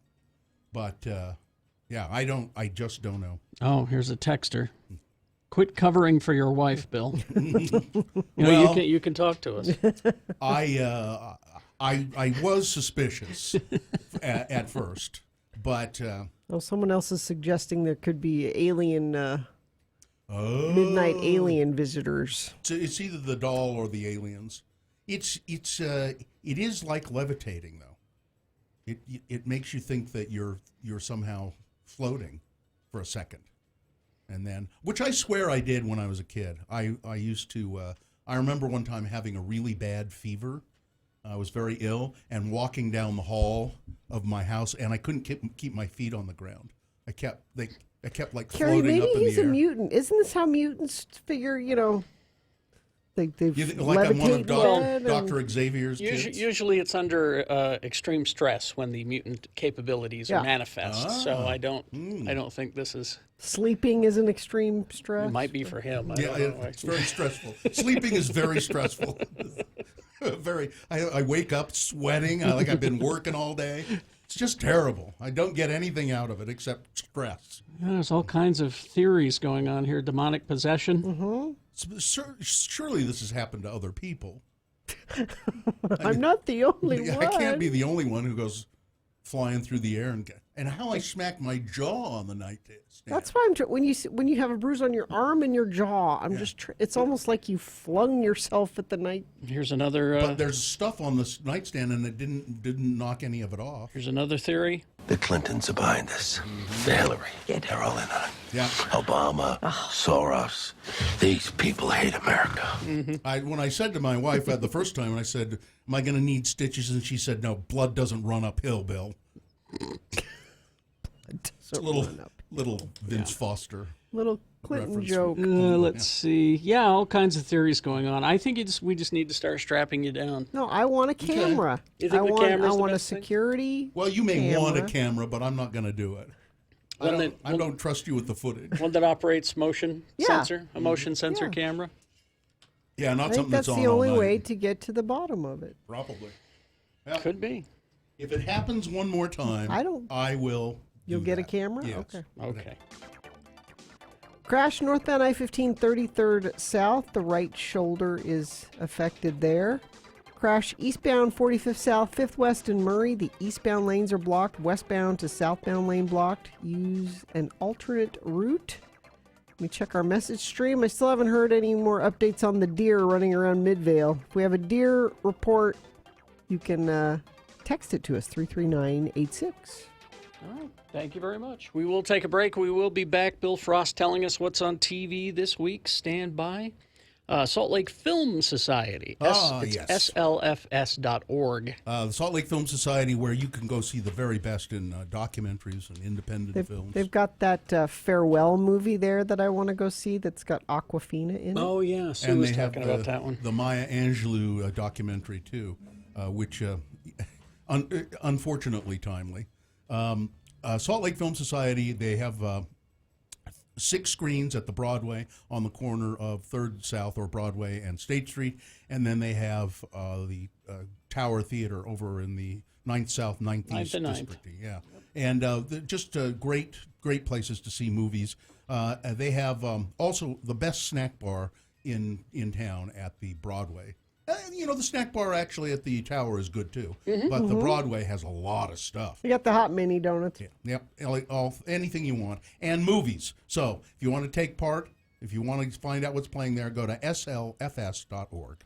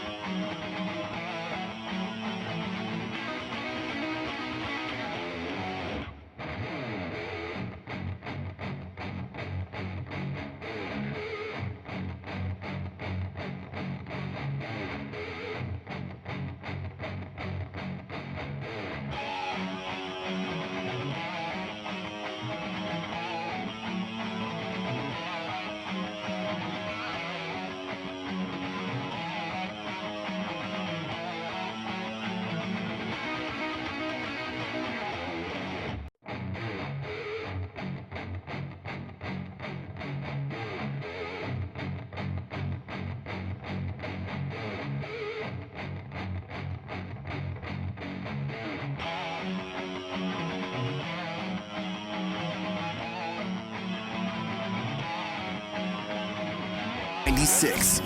All right. Talking. Oh, do you have No, something? we got a giveaway first. That's right. 2019 FanX returns to the Salt Palace Convention Center September 5th through the 7th, featuring the best in geek and pop culture, movies, television shows, gaming, sci-fi, fantasy, and more. You can purchase your tickets at fanxsaltlake.com, or you could possibly win some from us. We have a 4-pack of Thursday passes to give away. I'll give you a keyword, and you will text it to 33986 for your chance to win. The keyword is Hulk, Hulk, Hulk. Text it to 33986. All right. So now, talking TV with Bill Frost. Yeah. Sponsored by. Nobody.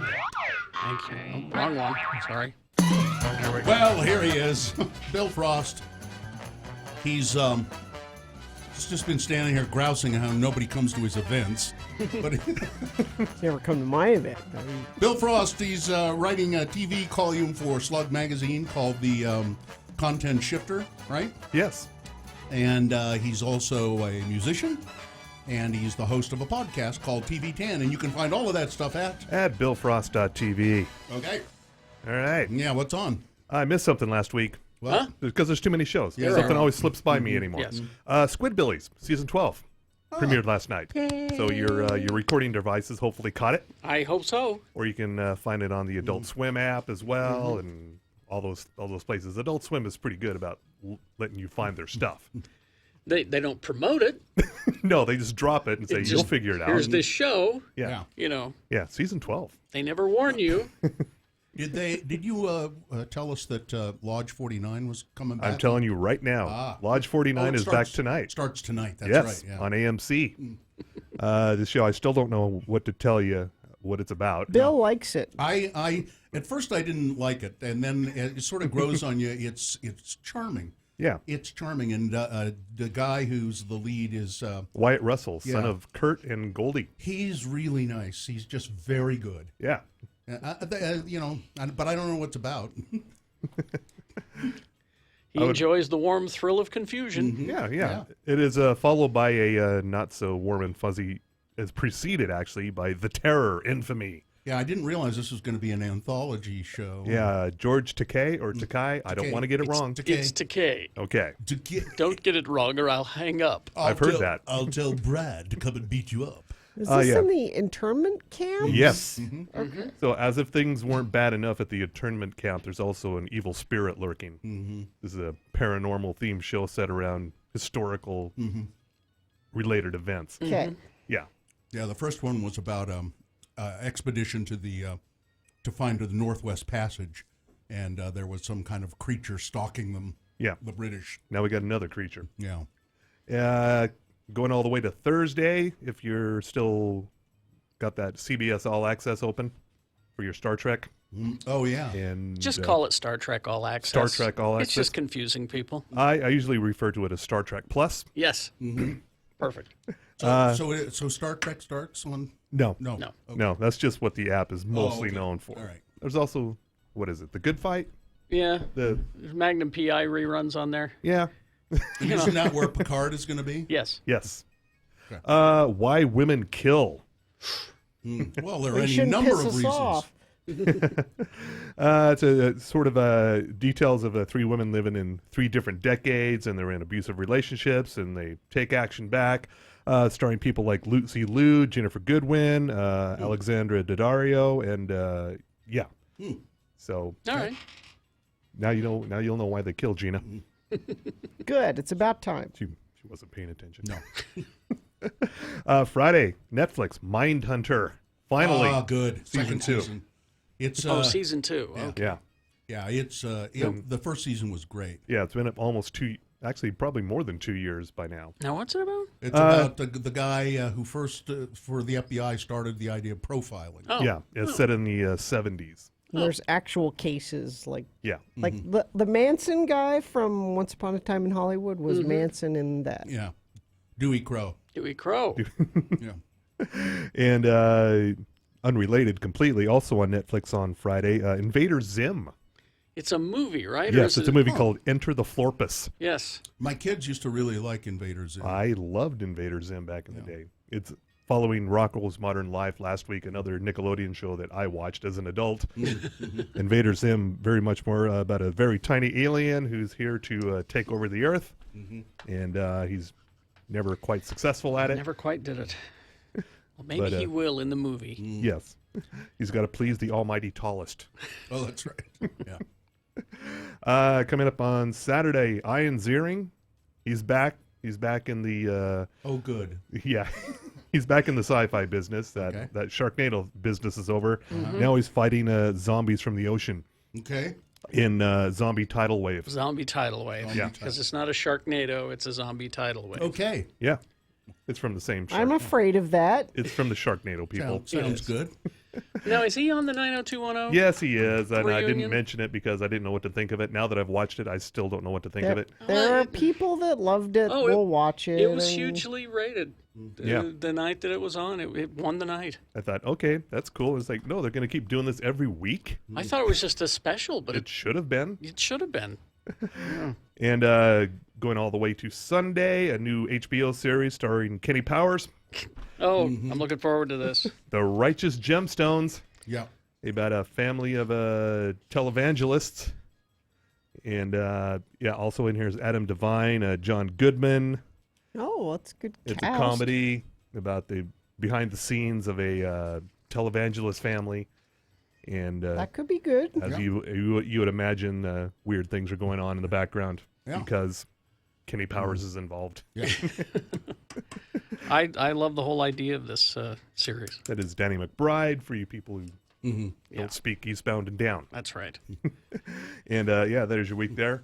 Oh, you know what I happened to see on TV, a movie which you didn't care for, Carrie, and I found myself really getting into it. It was with Tom Hardy, the Venom.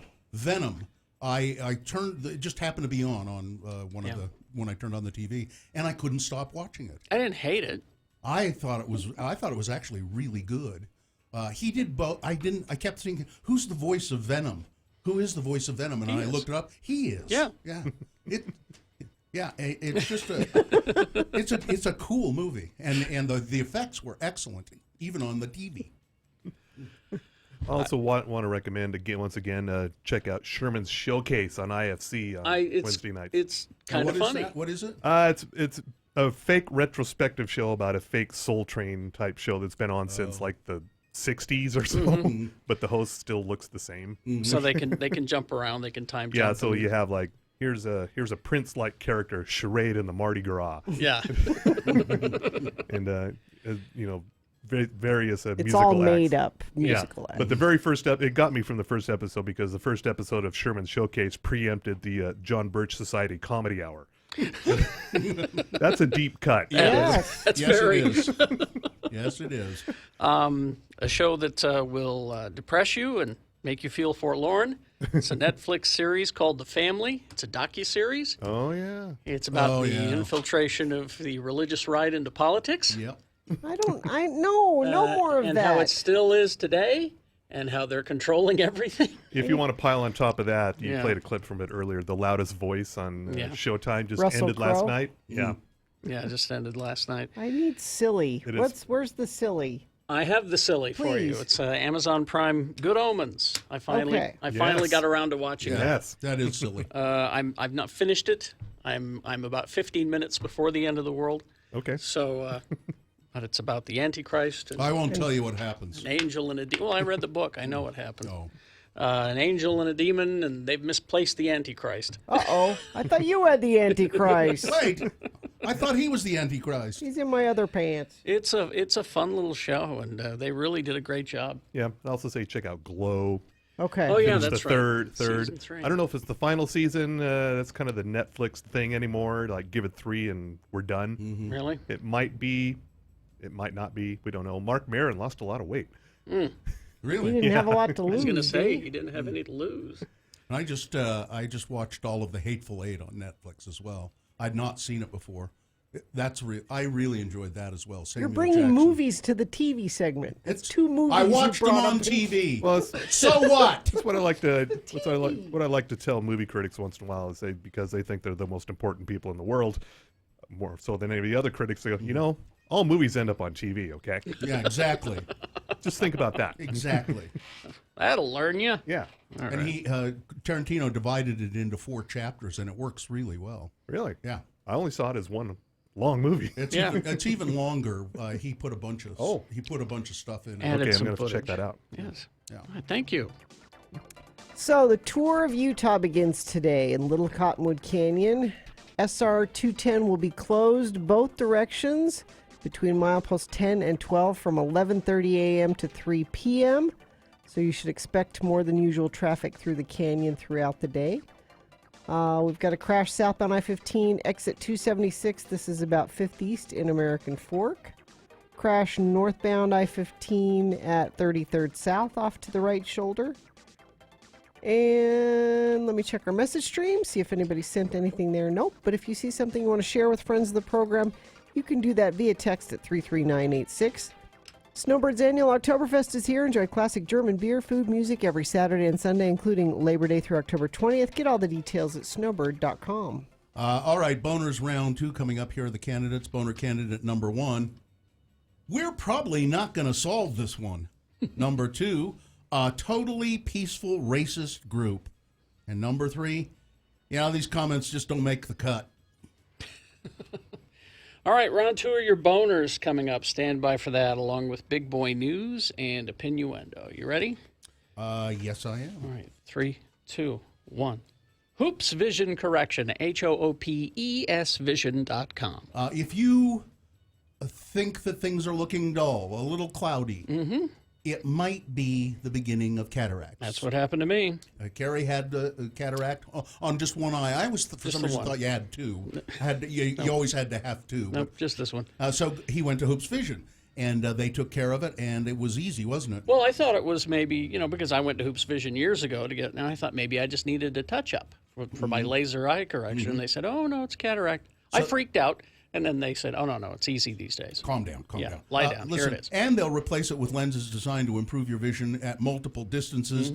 Don't wait. Call Hoops Vision now and schedule your cataract screening. It's 877-30-LASIK. That's 877-305-2745. Call them today and reserve your cataract screening. You should probably have that done once a year, or go to their website, hoopsvision.com.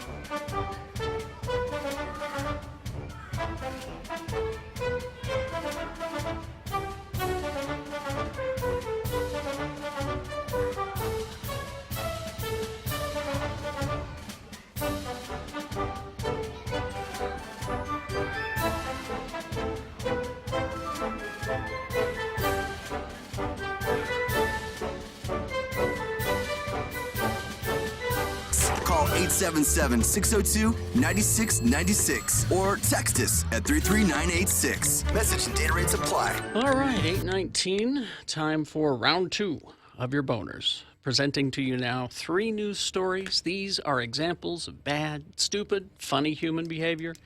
And you'll decide with your votes of these 3 candidates which one is the worst, which one deserves to go forward to boner fight and possibly become boner of the day. See if it wins here. It's not boner of the day yet. It'll have to defeat the winner of round 1's voting. We did that an hour ago. But we'll take them both and we'll put them into Boner Dome. At 9:20 this morning is when boner fight happens and you decide boner of the day. Right now you're picking the champion for round 2, so choose wisely. 2 candidates now, a third after the news. Once you've heard all 3, then you will vote. One of you lucky random boner voters will receive. Well, we're going to be talking about this a little more later, but Squatters' 30th anniversary is coming, and we are going to be doing an event there on September 8th. You can purchase your tickets now at squatters30.eventbrite.com, and you can join us. We're going to record another Not Safe for Work podcast episode there, and but we'll learn more about it a little bit later on, but we're giving away tickets to this event. Oh, nice. Here's boner candidate number 1. Yeah, we're probably not going to solve this one. A Florida homeowner says that somebody stole a 9mm Glock handgun from his bedroom during a weekend sex party. But Volusia County Sheriff Sergeant Todd Smith says that the homeowner couldn't really give detectives the names of the possible suspects because the 20 or so people attending this orgy all wore masks. It's like Eyes Wide Shut, huh? Smith says that the handgun was apparently on a bedroom nightstand during the party. It was taken sometime July 19, 20, or 21. The homeowner said the party was advertised on social media. Guests were encouraged to bring friends and to use fictitious names or no name at all. He said he probably only knew about 5 of the guests that entered his home that weekend. Gross. And somebody stole his Glock, and, well, the cops say, yeah, we're probably not going to solve this one. Boner candidate number 1. Here's boner candidate number 2. A totally peaceful, racist group. A city council meeting in Modesto, California turned heated as citizens, business owners, and a group calling itself the National Straight Pride Coalition debated the group's plans for a straight pride event in the city of Modesto. The city has since denied the permit, citing safety concerns and the fact that event organizers did not get any insurance. During the debate, Don Grundman, founder and director of the National Straight Pride Coalition, tried to make the case for holding the event celebrating heterosexuality. Some in the crowd booed as Mr. Grundman tried to defend his group. Then he made a gaffe that suddenly had the audience laughing out loud. Listen, we're a peaceful group. We wanted to have a meeting, a celebration of life, and were attacked as racist. And then he said, we are a totally peaceful racist group. Oops. I mean, did I say that out loud? I'm supposed to say that I'm supposed to keep that inside my head and not. The entire meeting erupted in laughter at Grundman's blunder. And Grundman's Blunder is that's a good band name, by the way. I think it'd be a good kid's book. A good Grundman's. Let's read Grundman's Blunder. The video shows one city council member hide her face in her hands. She's laughing so hard. Boner candidate number 2. We're a totally peaceful racist group. Coming up in a moment, boner candidate number 3. These comments won't make the cut. Boner candidate number 3 for round 2. Coming up after this, Big Boy News and Opinioendo, brought to you by Moochie's Authentic Philly Cheesesteaks, handmade meatballs. Did you know they also offer catering and delivery? Moochie's downtown Midvale, Lehigh, and now South Salt Lake. Imagine Dragons frontman Dan Reynolds is proposing a new music festival to protest gun violence. Good. Following last weekend's mass shootings.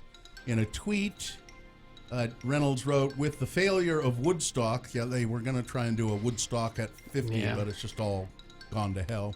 I pose this question. What artists and speakers are willing to play for free, will get some corporate dollars to cover costs and travel, etc., and put on a festival raising money for organizations that are fighting for new legislation regarding gun laws.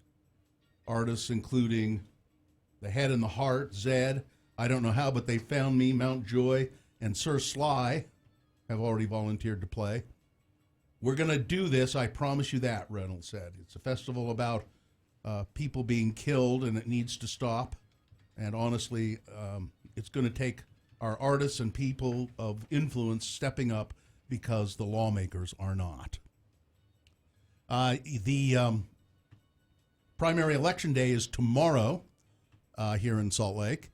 The 2019 primary election. Now, if you got your ballot in the mail, you can still send it in if you have it postmarked by midnight tonight. It's got to be postmarked today. If you don't get it in the mail today, you can hand deliver it tomorrow. There are many ballot drop box locations.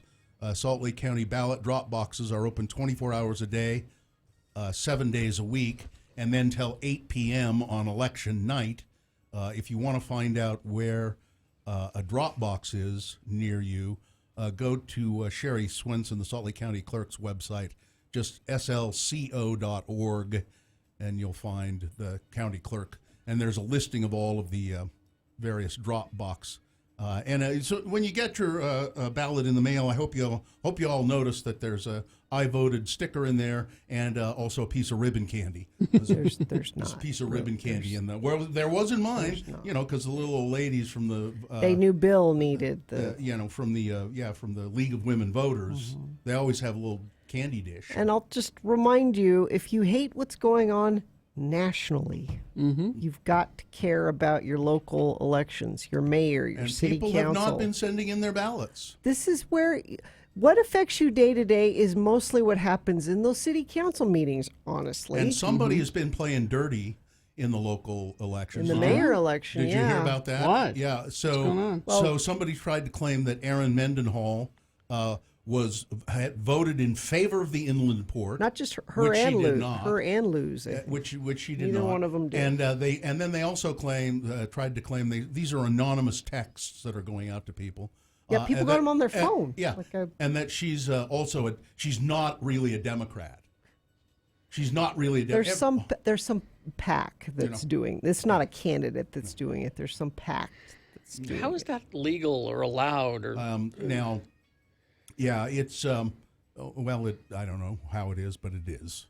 They both got some crap, and Aaron Mendenhall says, "No, I am a Democrat." They're all of the people running for mayor are Democrats. Yeah. Although it's a nonpartisan election, you don't really.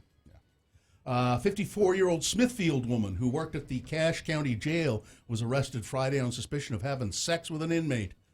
Teresa Pitcher was booked on one count of custodial sexual relations, a third-degree felony. Cache County Sheriff Chad Jensen said that Ms. Pitcher was employed by a contract food service company that provides meal services to the jail. She had been with the company for about 4 months. Deputies. Did you see a picture? She looks like your aunt. She looks like somebody's maiden aunt or something. Deputies became suspicious of Ms. Pitcher while monitoring inmate phone calls in the jail. As part of their normal duties, they discovered a conversation between Pitcher and a Utah State prison inmate who was being housed at the jail for the Utah Department of Corrections. Ms. Jensen was released by the food service company, no longer employed at the jail, and the suspected inmate was transferred back to the prison. Pitcher was booked into jail, had to post a $5,000 bond. And a Utah man has been arrested for threatening people with a machete at a Provo apartment complex. Daniel Smith arrested for obstruction of justice, aggravated threats of assault, and possession of a dangerous, deadly weapon. Donald Trump used Twitter on Saturday to promote an unfounded, totally unproved conspiracy theory about how Jeffrey Epstein, the financier accused of sex trafficking, died in a federal jail, even as the administration faced questions about why Mr. Epstein had not been more closely monitored. For years, Mr. Trump has brashly, baselessly promoted suspicion as fact and peddled secret plots by powerful interests as a way to broadcast his own version of reality. Doesn't matter. Those include the lie that former President Obama was not born in the U.S., and that millions of votes were illegally cast for Hillary Clinton in 2016. None of that was true. Hours after Epstein was found to have hanged himself in his Manhattan jail cell, and again, this is a federal lockup, Mr. Trump tweeted a post from the comedian Terrence Williams, who's a right-wing comedian, linking the Clintons to the death. Mr. Epstein had information on Bill Clinton, and now he's dead, wrote Mr. Williams, a Trump's reporter. In an accompanying 2-minute video, Williams noted that for some odd reason, people who have information on the Clintons end up dead. And Donald Trump also reportedly used an Asian accent to mock U.S. allies at a fundraiser in the Hamptons.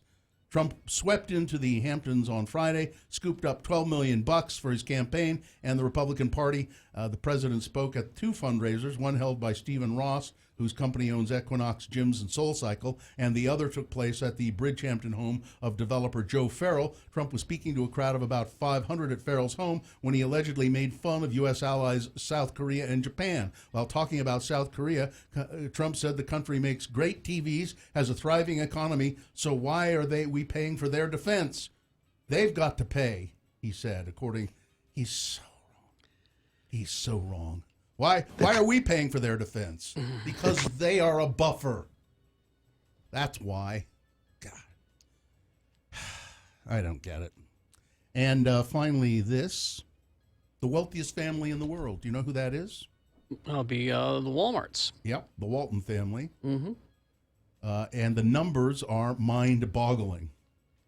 The family makes $70,000 per minute. $4 million per hour, $100 million per day. That's how quickly the fortune of the Waltons, the clan behind your Walmart, has been growing since last year's Bloomberg ranking of the world's richest families. What do you do with that money? At that rate, you build another Walmart. At that rate, their wealth would have expanded about $23,000 since I started reading this article to you. A new Walmart associate in the U.S. would have made about 6 cents in that time, on its way to an $11 minimum hourly wage. But Walmart needs a tax break to come and open up a Walmart. No, they don't. They really don't. They say they need it. In order to open a Walmart, you've got to give us a tax break, and at the same time, we can't tax them what we need to tax them so that the chip program doesn't go away. Yeah. So there you are. Yeah. And that's also part of the reason I don't shop at Walmart. Mm-hmm. And they said, oh, by the way, they are maybe the biggest gun retailer in the country. That's not true. Or one of the biggest, certainly. But they said, well, we're not going to stop selling guns, but what we've asked our associates to do is not show violent scenes from movies in the TV section, and not show, we'll still sell violent movies, and don't show violent video games in the gaming section. We'll still sell the violent video games, but we just won't display them. Mm-hmm. They also don't pay their employees properly, and so they have to go on government assistance. $11 an hour tops, I think. But we can't tax them what we should. Yep. Because to pay for the thing. Do you see the problem here? And everyone's okay with it. I'm not. I'm not. I'm not at all. I am not at all. There's so many things I'm not okay with. I mean, I've gone to Walmart because that's been the only game in town at certain places I've been. And that's one of the reasons they are so successful. Often they're the only game in town. But if it's not the only game in town, then... You know what the biggest fast food franchise is, by the way? You would think McDonald's. And this is based on who has the largest number of stores in the world, I think. KFC? Nope. Subway has more stores than McDonald's. They come in number 2, and I think Burger King comes in number 3, and some stuff I was reading yesterday. Coming up in the news, if I get a chance, maybe I'll have to hold it tomorrow, Wayne Newton's monkey. Well, you've got time right now. Well, I don't have it right in front of me. I just I just popped into my mind that I meant to talk about Wayne Newton's monkey. Do I still have time here, though? You have a minute? Let me see if it's here. I thought I saved it, No, Gina Davis is a liar. Let's see. we did that. Studio. Oh, this is kind of interesting. I'll get the Wayne Newton's monkey story for 9 o'clock. Universal Pictures is canceling the release of a movie called The Hunt. All right, I'll put this away. Following. Oh, is that going to be in Geek News? Yeah. Huh. Well, it's not Well, a really. I told you about it in Geek News. Yeah. It was going to be a follow-up, but don't worry about it. Well, I won't do anything more about it then. I will not talk about it. You can talk about it in Geek News. And why don't we get to boner candidate number 3? Let me do a spit of news, a spit of sports, is what I was trying to say. Mike Petke is no longer the head coach of Real Salt Lake. Honestly, this surprised me. Me too. He was released from his contract. He was supposed to come back to work today. Didn't they send him to like anger management or something? Well, that was part. He was fined $25,000. The league did. Banned for 3 MLS games, and yeah, I think maybe they thought that would be it, and they would hope it would die down, but it didn't die down, and apparently management at RSL heard from fans and sponsors who said that this is unacceptable and he needs to go. So he's gone. Freddie Juarez is interim coach for the rest of the season. Remains to be seen what will happen next year. If you haven't seen the video of Simone Biles participating in the U.S. Gymnastics Championships, I've seen her floor routine and her beam routine. Amazing. She won her 6th all-around title. And they're just amazing stunts she did. So it's all over the internet. If you have a chance to just watch a few clips of Simone Biles at the U.S. Gymnastics Championships, you will be amazed. Weather, it's lovely. You'll step outside this morning and go, it's a little cool. Isn't that nice? And won't get terribly hot today. Mid to low 80s for a high today. Traffic, want to remind you about the tour of Utah beginning today in Little Cottonwood Canyon. SR 210 will be closed both directions between milepost 10 and 12 from 11:30 a.m. to 3 p.m. Motorists should expect more than usual traffic through the canyon throughout the day. And that's Tour of Utah's going on for several days, so we'll have reports every day about where you need to be aware of that. Crash 90th South, 15th West in South Jordan. Let's see, we've got crash southbound I-15 at Layton Parkway in Davis County. That is off to the left shoulder. Crash westbound I-80 just prior to State Street in Salt Lake at milepost 124. Right shoulder being affected there. Also crash southbound I-15 at 5th East in American Fork. That's traffic. All right, here's boner candidate number 3. These comments won't make the cut. Police in South Wales have warned members of the public who made fun of a convicted drug dealer's haircut that they could be prosecuted for their remarks. Gwent police used Facebook to appeal for information about Jermaine Taylor from Newport, who's being recalled to prison after breaching his license release conditions. They shared the 21-year-old's mugshot, which appears to show the man with a receding hairline alongside of the appeal in a bid to track him down. His hairstyle attracted a slew of jokes and puns in the comments, with the image of Mr. Taylor having been liked by more than 10,000 times. Gwent police sought to stop people from mocking the man's appearance by telling them, "We will investigate you criminally if you make certain comments about this inmate's hair." Really? These comments won't make the cut. Boner candidate number 3. All right. I don't understand it, but there it is. Okay, let's review the first 2 and vote. Boner candidate number 1. Well, we're probably not going to solve this one.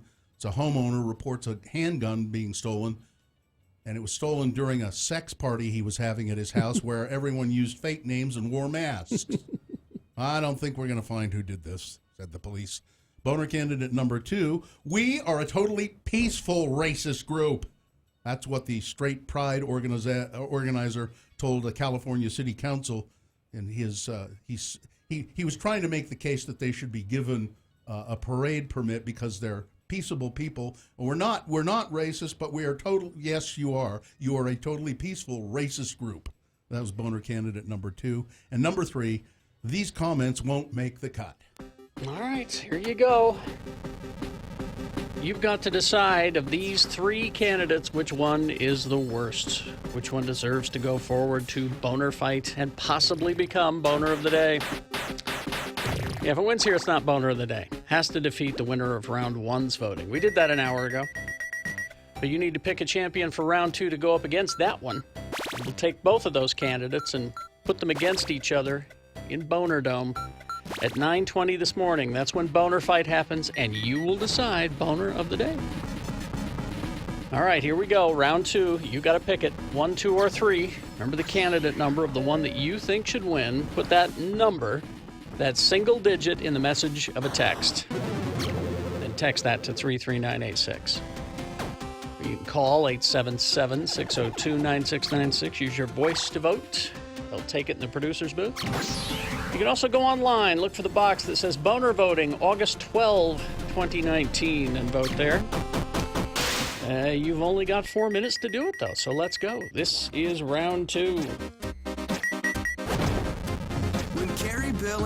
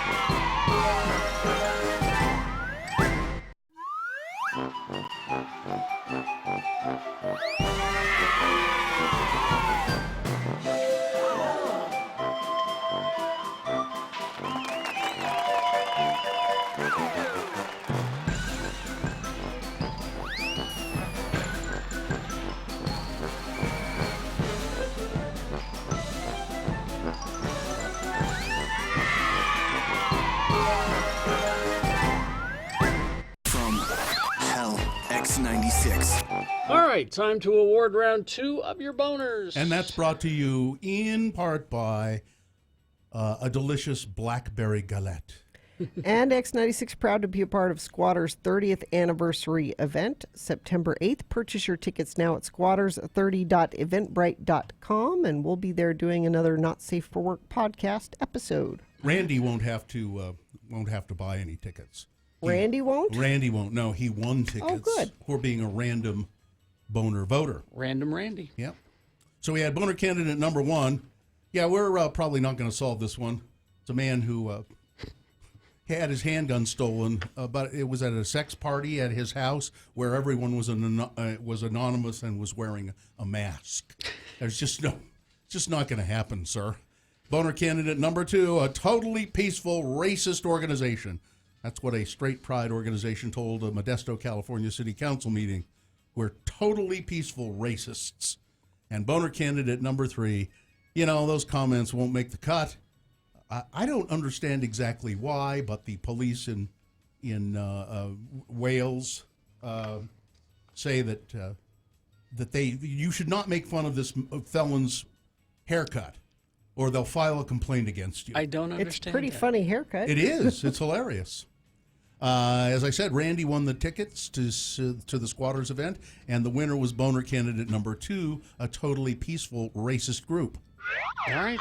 There you go. That's the winner of round 2. It now has secured a spot in Boner Dome. It is eligible to be Boner of the Day. In order to win, it'll have to defeat the winner of round 1's voting. We did that an hour ago.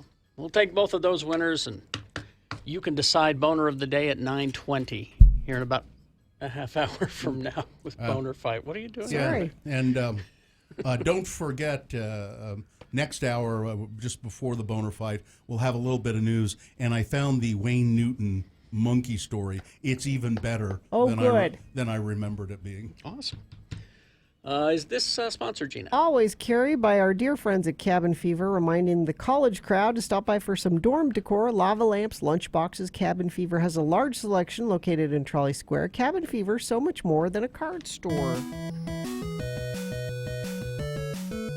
All right, brand new episode of GeekShowPodcast.com available now. Name of the episode this week is Only for Kale. Okay. You'll have to listen to I figure guess it out. so. Okay, I did tell you about this movie on a previous Geek News. It's a story that, I think The Most Dangerous Game is the most famous version of the story. Yeah. And it's this one was called The Hunt. And I remember playing the trailer for you and saying, this story, we've seen it before, but in these troubled times, maybe it'll make sense. And it was about rich people kidnapping people and taking them to an island and hunting them. In a statement, Universal Pictures has announced that The Hunt will no longer be released. So this isn't just putting it off. It says it will not be released. It says, while Universal Pictures had already paused the marketing campaign for The Hunt, after thoughtful consideration, the studio has decided to cancel our plans to release the film. We stand by our filmmakers and will continue to distribute films in partnership with bold and visionary creators like those associated with this satirical social thriller, but we understand that now is not the right time to release this film. So maybe someday, but I don't see our societal situation getting better, so I'm wondering if we'll ever see this movie. It was scheduled for September 27th release. started to get mired in controversy after receiving negative attention from the conservative media. Most recently, Orange 45 was upset about it. Reported by the Washington Post comments that Trump made on Friday about the Hollywood media, in which he said that an upcoming film is intended to inflame and cause chaos, are most likely in reference to The Hunt. The controversy stems from the idea that the film, which its creators are calling satire, and here's the part that I didn't know, is about liberal elites hunting conservative white people for sport. Oh, that's what it's about? I thought it was the other way around because of the way it was presented in the trailer. Well, but that must be the twist in it then, because they want you to think that. They want you to think that it's conservatives, but it's liberals hunting. But like probably, they do. Like they do. But probably not the right time. They really do. They have an island. The liberals do. Oh, yeah. George Soros owns the island, and then they hunt conservatives there.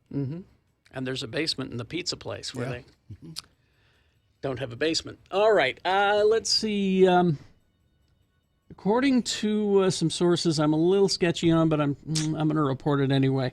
This Loki TV series that is coming on Disney Plus is apparently going to serve as a lead-in to the events of the Thor movie, Thor 4, Love and Thunder. Okay.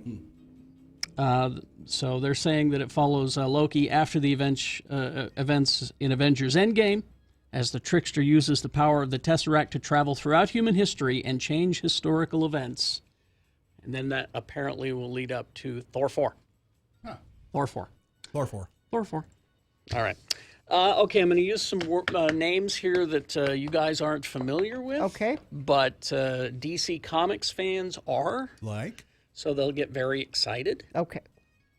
Ava DuVernay is confirming the villains. I know her. Okay, you know her. Yeah. The villains for DC's New Gods movie. Okay.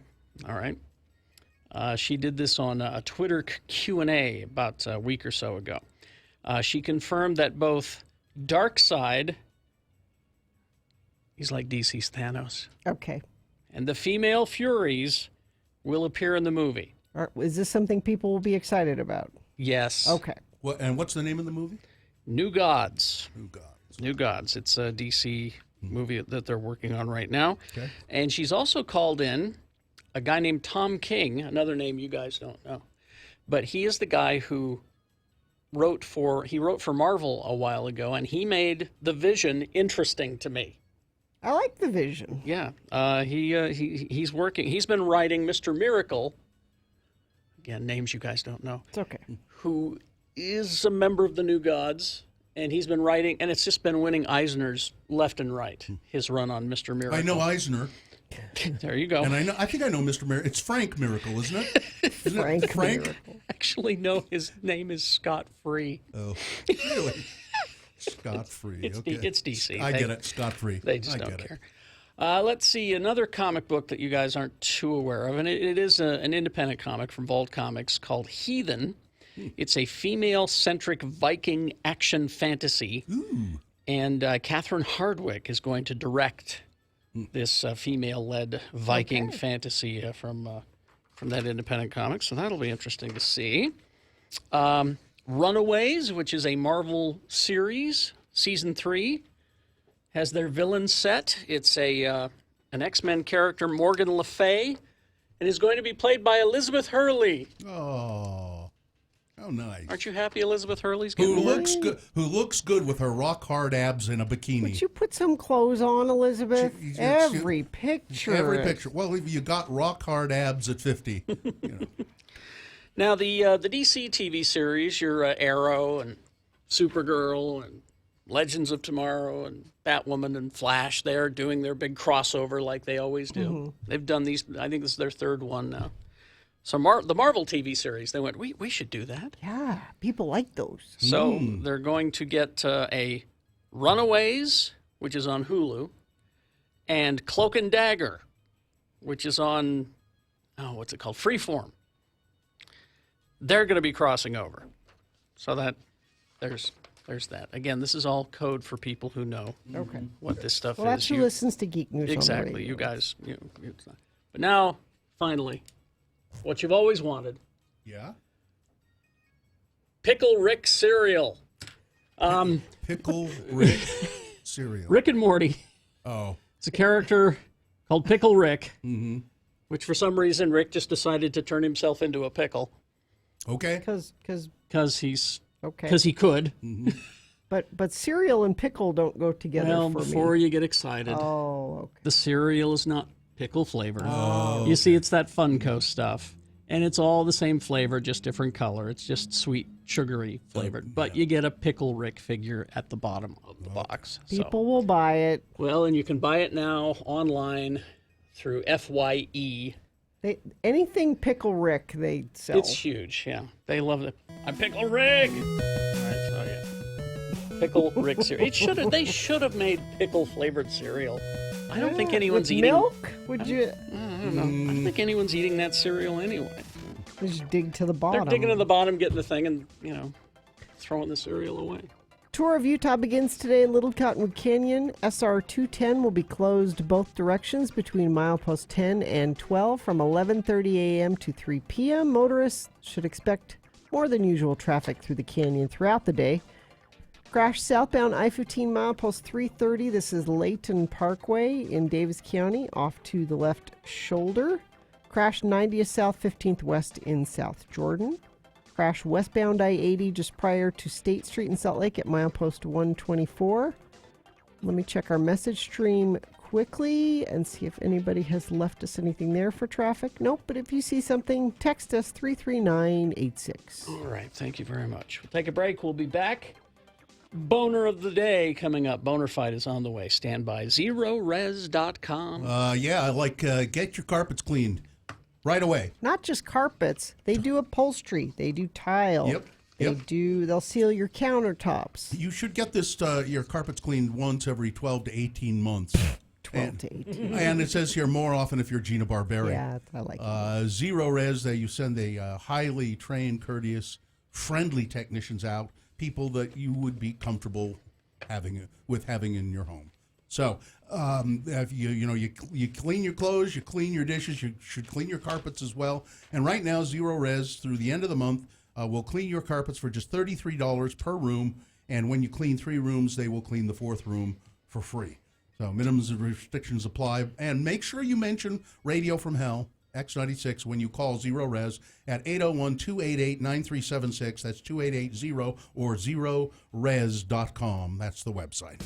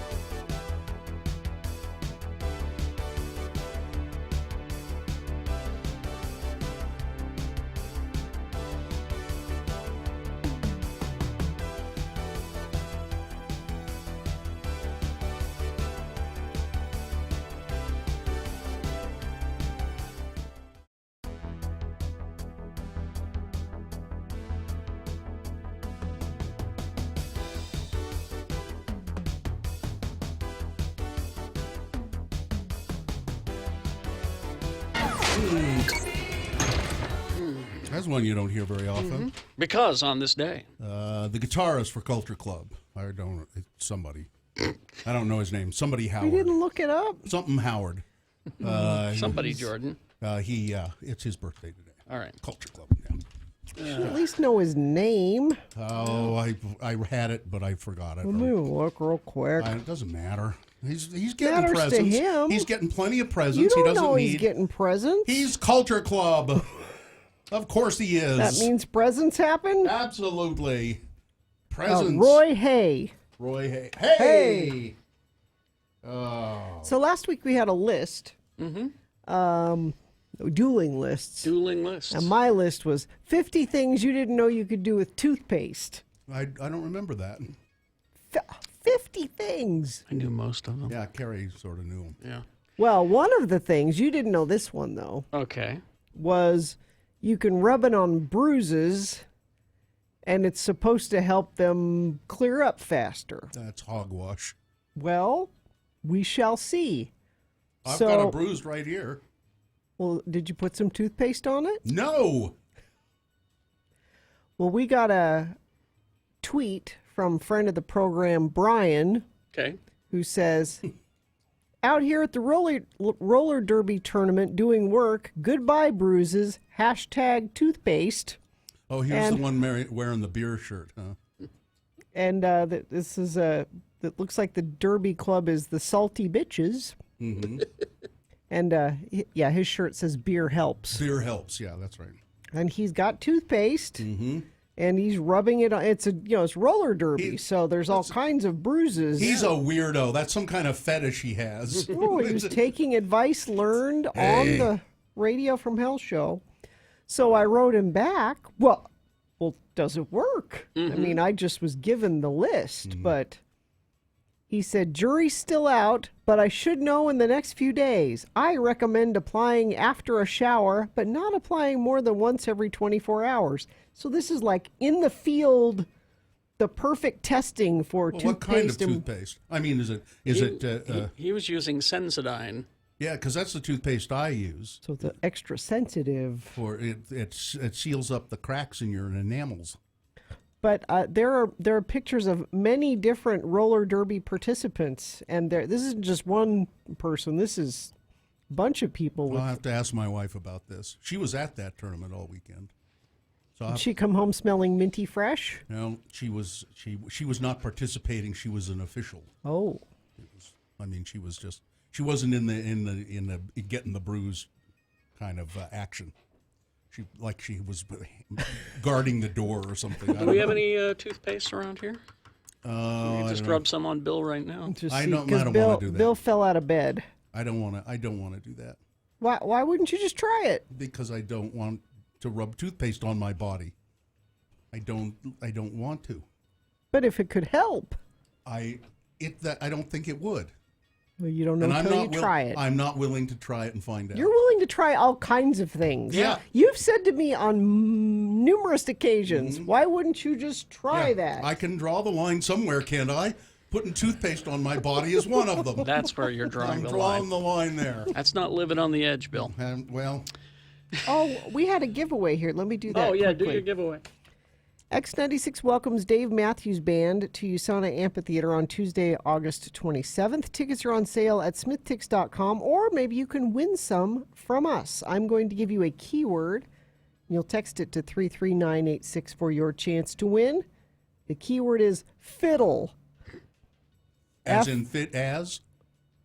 Well, they play the fiddle in the Dave Matthews Band. I think it's like that. FIDDLE, fiddle. Text it to 33986. The phrase I never understood. Fit as a fiddle. What? I guess fiddles have to be fit. I don't know. I don't get it. Why are they sometimes are they never ill? Fiddles are never sick? I don't know. They're always healthy? Ask Dave Matthews. Yeah, maybe he knows. Maybe he does. I'm going to ask him about that toothpaste stuff too. Yeah. See if he knows you about that. You get bruises on tour, I'm sure. Sure you do. Yeah. All right, we will take a break. We'll be back. And we'll have boner fight, determine who boner of the day is, all that and more coming up. Also some information about our squatters. event that we're doing coming up. I have the big Wayne Newton monkey story. Oh, and then there's that too. Coming up. Yes. Big O Tires. It's bigo.com. BigOTires.com. BigOTires.com. That's it. The team you trust. They are the ones, the Big O people I work with on Second East and South Temple. They're just excellent people. Well, how can that be? Because the people that I work with on Highland Drive, also excellent people. Now, hang on. 33rd South. They got the Bigfoot mural. Excellent people. And you can use their Wi-Fi. Excellent people. Excellent people. That's because that's who Big O Tires employs. Only the best, the excellent people. Right now, if you go into Big O Tires, you can save $100 off a set of 4 Big O brand tires, and that's till August 25th. And they have no credit needed financing available.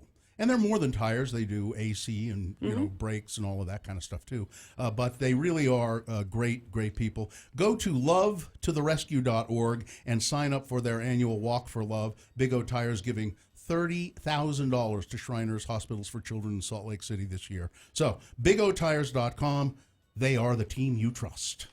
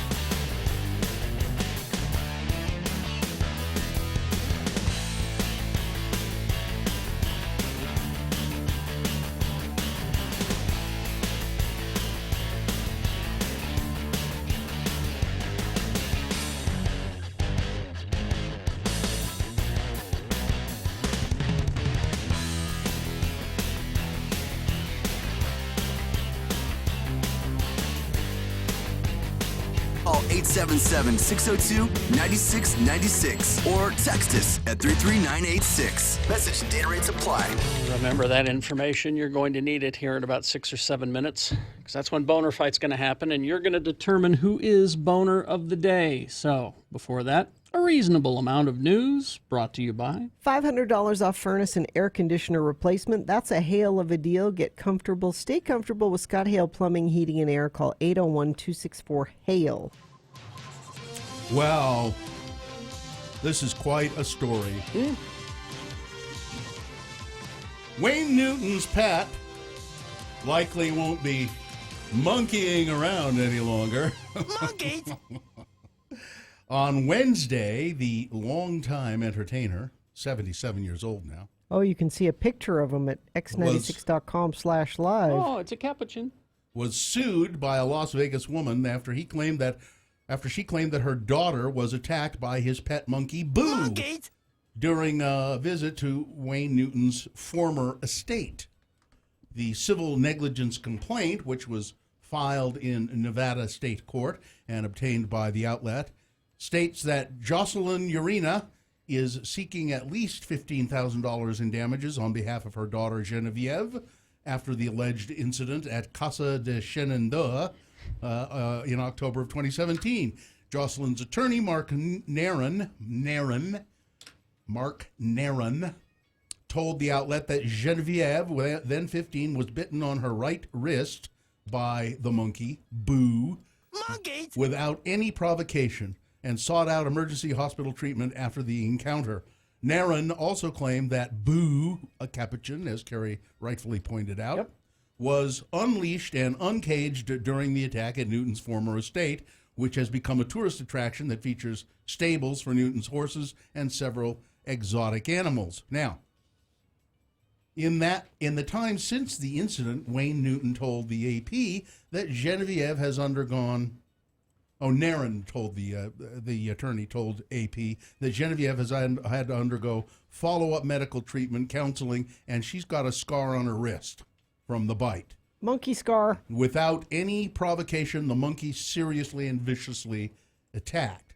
Now, in a statement to People magazine, however, Wayne Newton and his wife, Kathleen, denied any knowledge of the situation. The couple said they had severed ties with the company running their former home 3 months before the alleged attack due to Newton's health crisis. A health crisis? From a spider bite. Wait a minute. Monkeys and spiders? Yeah.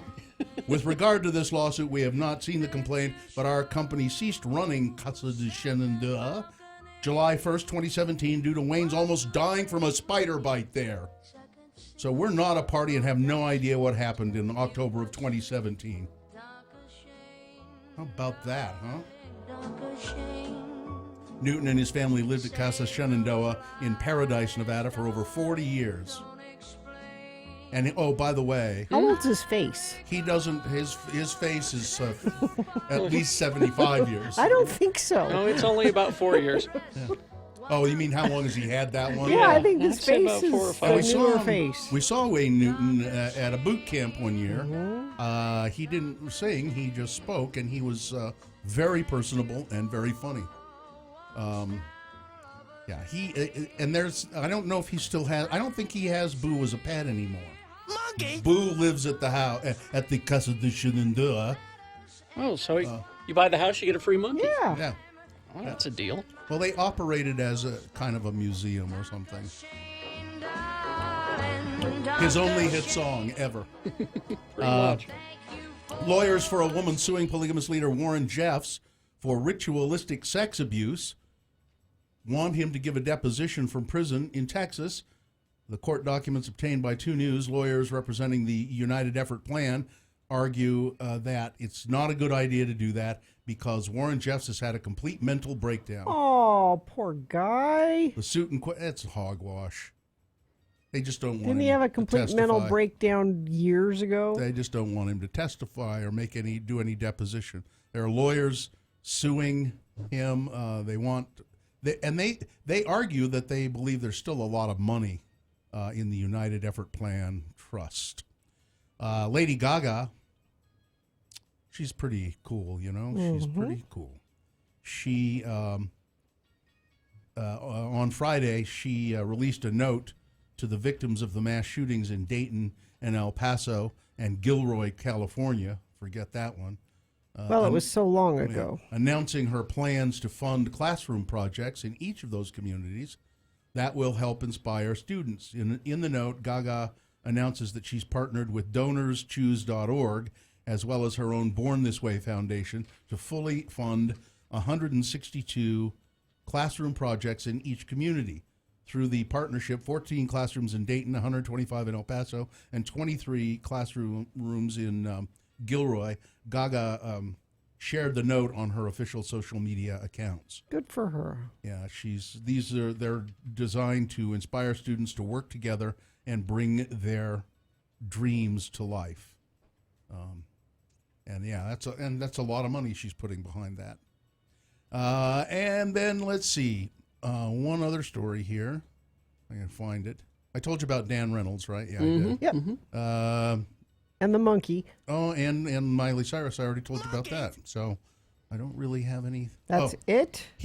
Okay, I'm going to break the secret here. Okay. Shake Shack. Yes. It just opened in... There's one out in Sandy, yeah. So far, this has been kept under wraps, but they've been secretly testing a hot dog breakfast sandwich. No hot dog breakfast sandwich. Why not? That's good. So far. Hot dog is lunch food or dinner food, not breakfast food. You offer Gina some ice cream at breakfast time? No! No ice cream. So far, creations have included the chicken parm with pancetta tomato and pancetta cheese sauce, or Parmesan cheese sauce, a dry aged burger garnished with pickled onions and brown butter pickled shallot, and a hot dog and cheesy scrambled egg breakfast sandwich that may appear in their stores soon. The dog will come in a toasted bun, slathered with chive mayonnaise spread, and garnished with crushable kale chips. This does not sound like breakfast. We say, listen, they eat hot dogs for breakfast in England all the time. They have hot dogs in England? You know, I was tired when I started today. You make me so tired. No, they had hot dogs. And that was American food. Jeannie, you go to the Pillsbury counter in the store. Okay. And you get the, I think it's the croissants that you have to roll them up. Right. Yeah. Mm-hmm. And you take those and they're square. When you break them out of the package, they're little square pieces of dough. Mm-hmm. You wrap a wiener in them. Yeah. Stick them in the oven. Yeah. That's breakfast? Wiener wrap. Sure, why not? Delicious. Why not? Okay. I wouldn't deny you that. I'm just surprised. It's like I don't know what to make of you sometimes. I just don't.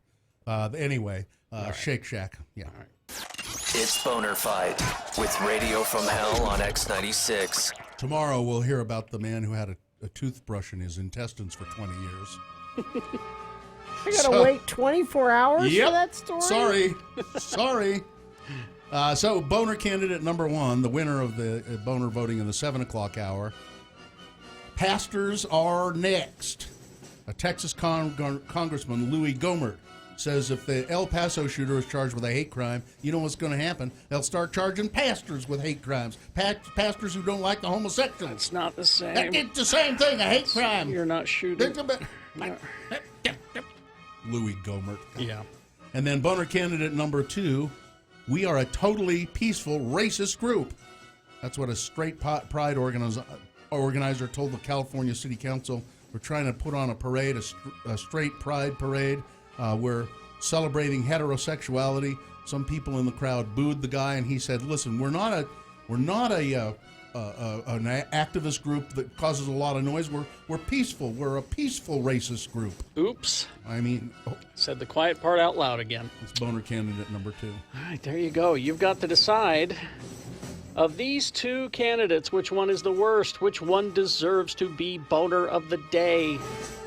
1 or 2. Remember the candidate number, the one that you think should win. Put that number in the message of a text. And text that to 33986. You could call, use your voice to vote, 877-602-9696. That's one way. Another way is voting online, x96.com. Look for the box that says Boner Fight August 12, 2019 and vote there. You've got less than 300 seconds to do it, though, so let's go. This is round one. Or, no, this is the final round. What am I saying? Wow. Tired is wearing off onto me. All right. Boner of the day. Boner Fight happening now. Go. Do. All right. Brooklinen.com. BROOKLINEN.com, and use the promo code Jackson to get a deal on their new linen collection. I mean, I love my regular Brooklinen sheets. They're terrific, crisp, and comfortable. But they have their new linen collection, and it's because, you know, the warm weather. You know, you want something a little breezier, a little more lightweight and soft, and so they want you to check out their new linen collection. Really nice looking, some great colors, and just go and take a look at it at brooklinen.com. Beautiful, airy linen pieces give your bedroom a chic, relaxed feel, providing you with the ultimate comfort. It's in their name, so you know it's good. Brooklinen's newest linen collection is amazing. I couldn't recommend their products more for graduates, newlyweds, friends, or family. Treat yourself to the bedroom upgrade that you deserve. Brooklinen.com giving an exclusive offer just for our listeners. Get 10% off and free shipping when you use the promo code Jackson, my last name, Jackson, at brooklinen.com. They are so confident in their product that all of their sheets, comforters, and towels come with a lifetime warranty. But the only way to get 10% off and free shipping is to use the promo code Jackson at brooklinen.com. That's BROOKLINEN.com, and the promo code Jackson. These really are the best sheets ever.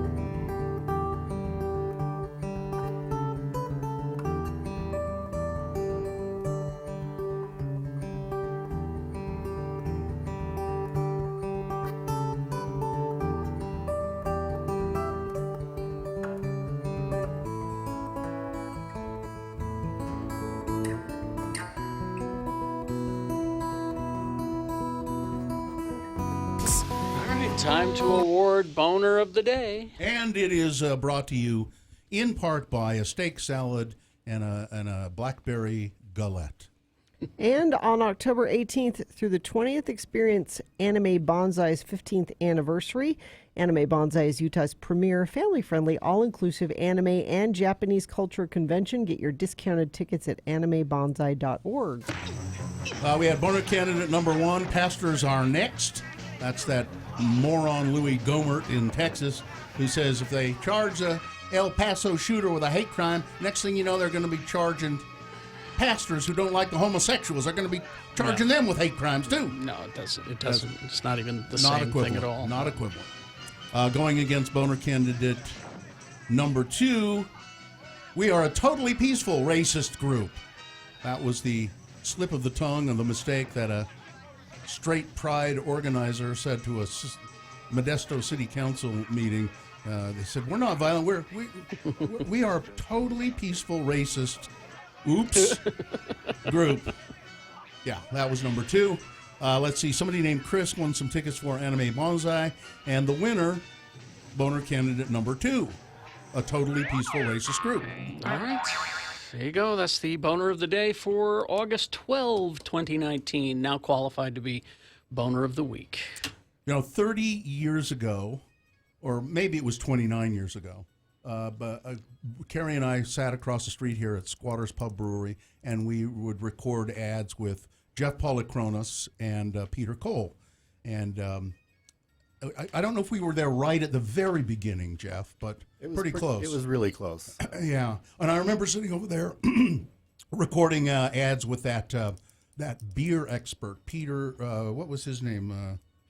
Peter Burrell. With the beard, recording ads with him. Yeah. That was fascinating. And then I remember Jason Stock coming on the scene sometime. How long ago was that, Jason? Well, I started with Squatters in June of 2000, so it's been a while. 19 years. And you know Jason, if you don't know anything else, if you buy a can of Hop Rising, he's the guy on the can with a pitchfork with the hops on it, and he's also a master brewer. And anyway, we're here to talk about the 30th anniversary of Squatters. Whoever thought? I mean, boy, I didn't. But here we are. Yeah.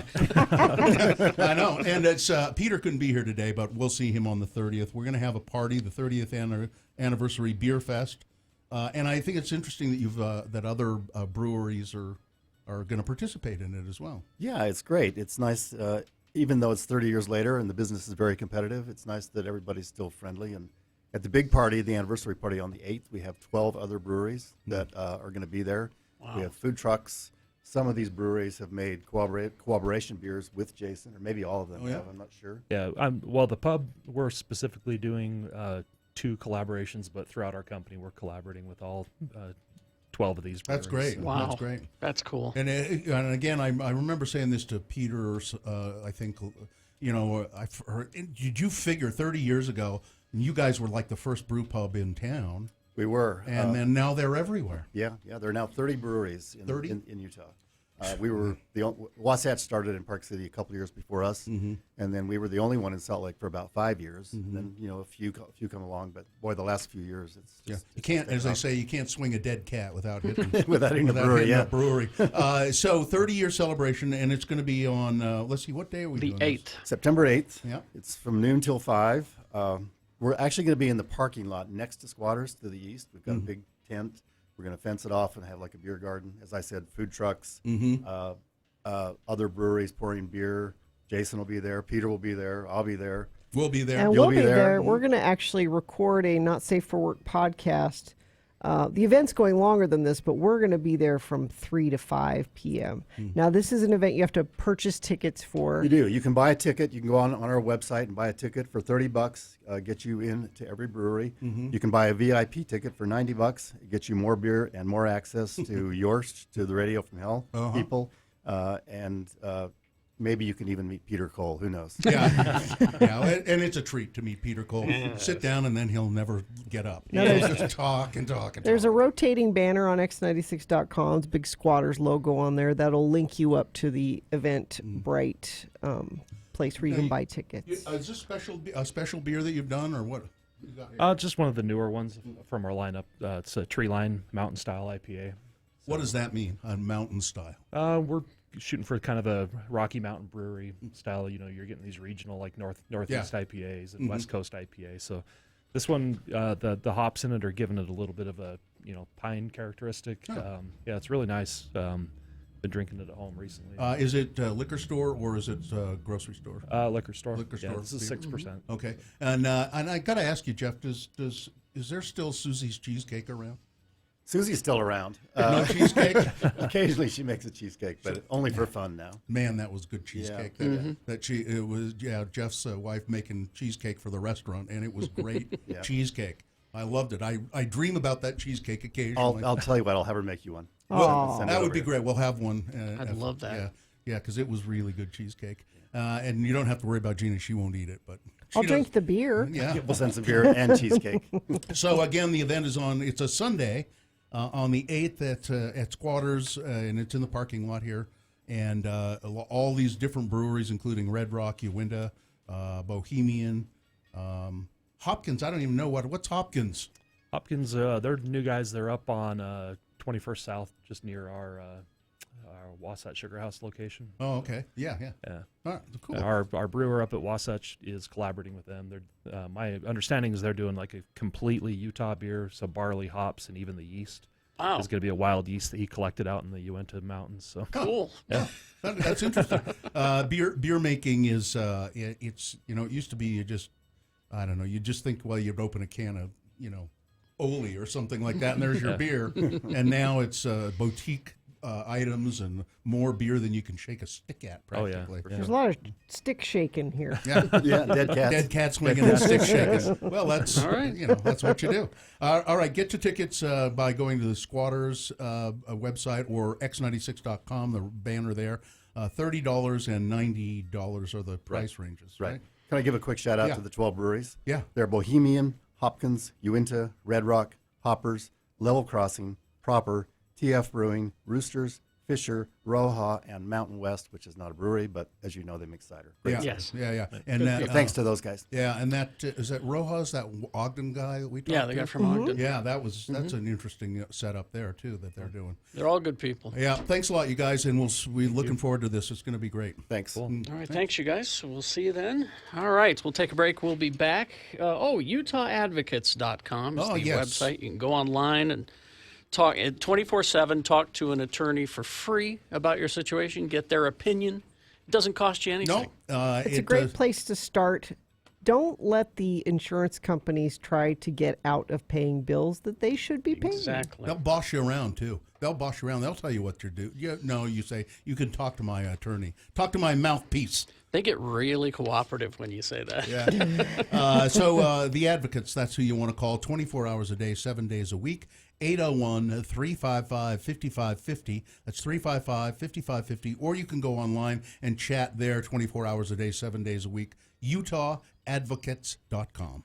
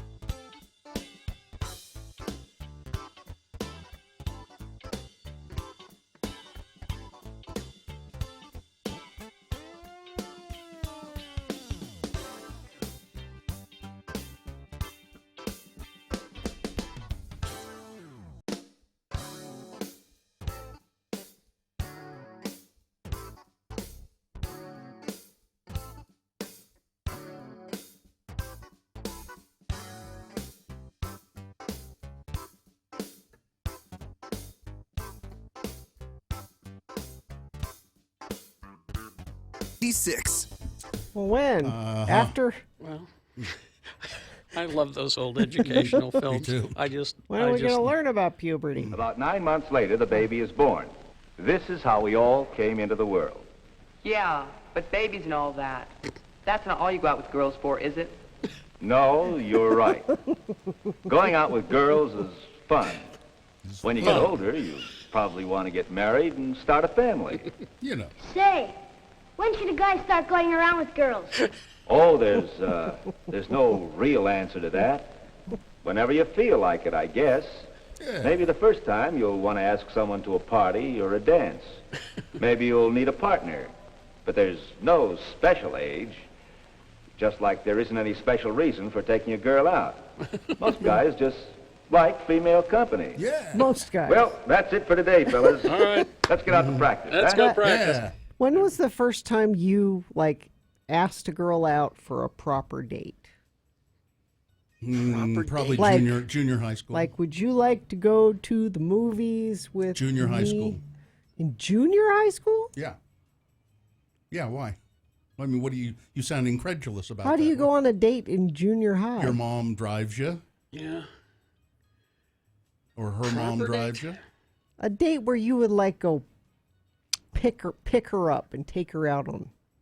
You mean 'Cause- on 'cause my your- own? Your mom driving you, that shouldn't count as a date. That doesn't count? That's Why hanging not? out. No. We went out. We went to we went to a movie. Mom didn't go into the movie with us. What about meeting her at the movie theater? Does that count? No, I will pick you up at 7. Well, and okay. take then. you on a date. Well, yeah, then that would be Junior high. that would be yeah, I'll pick you up at 7. junior high Yeah. Yeah. for a school dance. Yeah. I don't think mom driving you is a date. That's not a date. That shouldn't count. Why? Because your mom's driving She you. dropped us off at the dance or dropped us off at the movie, and then came and picked us up and dropped us off at dinner. But I'll driving, be back in an hour. I never had a car, so I was still having my mom pick me up and drop me off for dates when I was in college. So I didn't have a car. Okay, if you don't have a car. In most cities, there are public clinics which give free advice and free treatment for BD. Both syphilis and gonorrhea can be cured in the early stages, Don't I and know rather it. quickly, too. But not by homemade remedies. No. What? Not by advertised medicines bought through the mail. Yeah, no, don't do that. Not by drugs that a friend says can be bought at the drugstore. How about toothpaste? It takes a doctor's knowledge to give the right medicine in the right amount for the right number of days. You'll wonder where the yellow went when you when you brush your teeth with Pepsodent. What? That was the slogan. Yeah. You wonder where the yellow went when you brush your teeth with Pepsodent. Because it will make your teeth white. Okay. Yeah. See. All right. It's going to be a good game tonight. But I want you to think for a moment now. Okay. We just gave a cheer for our opponents. Yeah. Why did we do that? Well, I think we really mean it when we say, Main High, fight, fight. We want our opponents to do their best, don't we? No. We want a good game. No. And No. we'll be out there tonight cheering them on. I want them as well to as our suck own so we can team, beat 'em. Because we want a good game. We have fine spirit in our school, and I'm proud of it. Because the game is the important thing. Yeah. Not just winning, but having a good game is important. No. Now, a good game is possible only through good sportsmanship. Oh, yeah? And good sportsmanship comes only from the right kind of school spirit. Oh, So shut come out up. and support your team. But remember, we're going to have a lot of guests tonight, so behave like good hosts, so we're sure to have a good game. Okay. That's all. That term, school spirit, always bothered me. School Spirit brought to you by the Honda Giant, Stockton 12 Honda in Sandy. Find your Honda at stockton12honda.com. I never.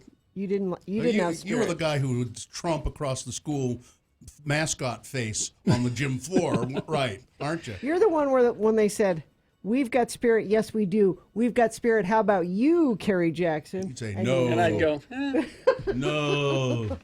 I don't know what it is. You're supposed to be true to your school, don't you? Don't you remember the Beach Boys song? No.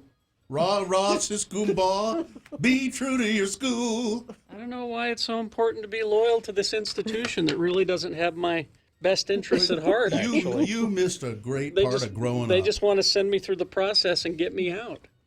They just want you to be a drone. That's what you thought. Because you happen to live close by. Yeah, just because I was born here and raised in this area, I have to be true to this school?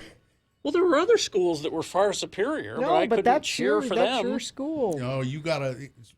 You see, your school was not superior because most of you had attitudes like that. Oh, but we were real. We saw what was going on in our school. I know what's going on here. You can't pull the wool over my eyes. Don't you think that the assistant coach is spending an awful lot of time with the head cheerleader? Don't you think so? That's not school spirit. Is that what it is? Because if that's what it is, I don't. Anyway. All right. We need more spirit here. Yes, we do. Rah, rah, sis Goomba. Did the spirit diminish after the assistant coach was fired? Because he spent so much time with the head cheerleader? It was a blow to spirit. Certainly a blow. To spirit. Let's see. All right, let's do the promo and get out of here. On Tuesday's Radio from Hell show. Well, it sounds like LeVar and LeGrant, or LeGrand if you prefer, will be here at 7 a.m. with another Utah word for us. And we'll be doing an X poll at 7:45. We want you to answer the question, what's the most outrageous excuse you've ever used? Plus, Todd will have a tune at 9 a.m. for our Tuesday morning. So you won't want to miss Tuesday's Radio from Hell show on X96. Oh, boy. Spirit blow. Spirit. That's a blow to our spirit. All right. Are we good? All business? Mm-hmm. I think so. Sure. Live long and prosper, bitches. Don't you know who I am? I don't like people soup. Corey is next. Kicking off nothing but great tunes for 60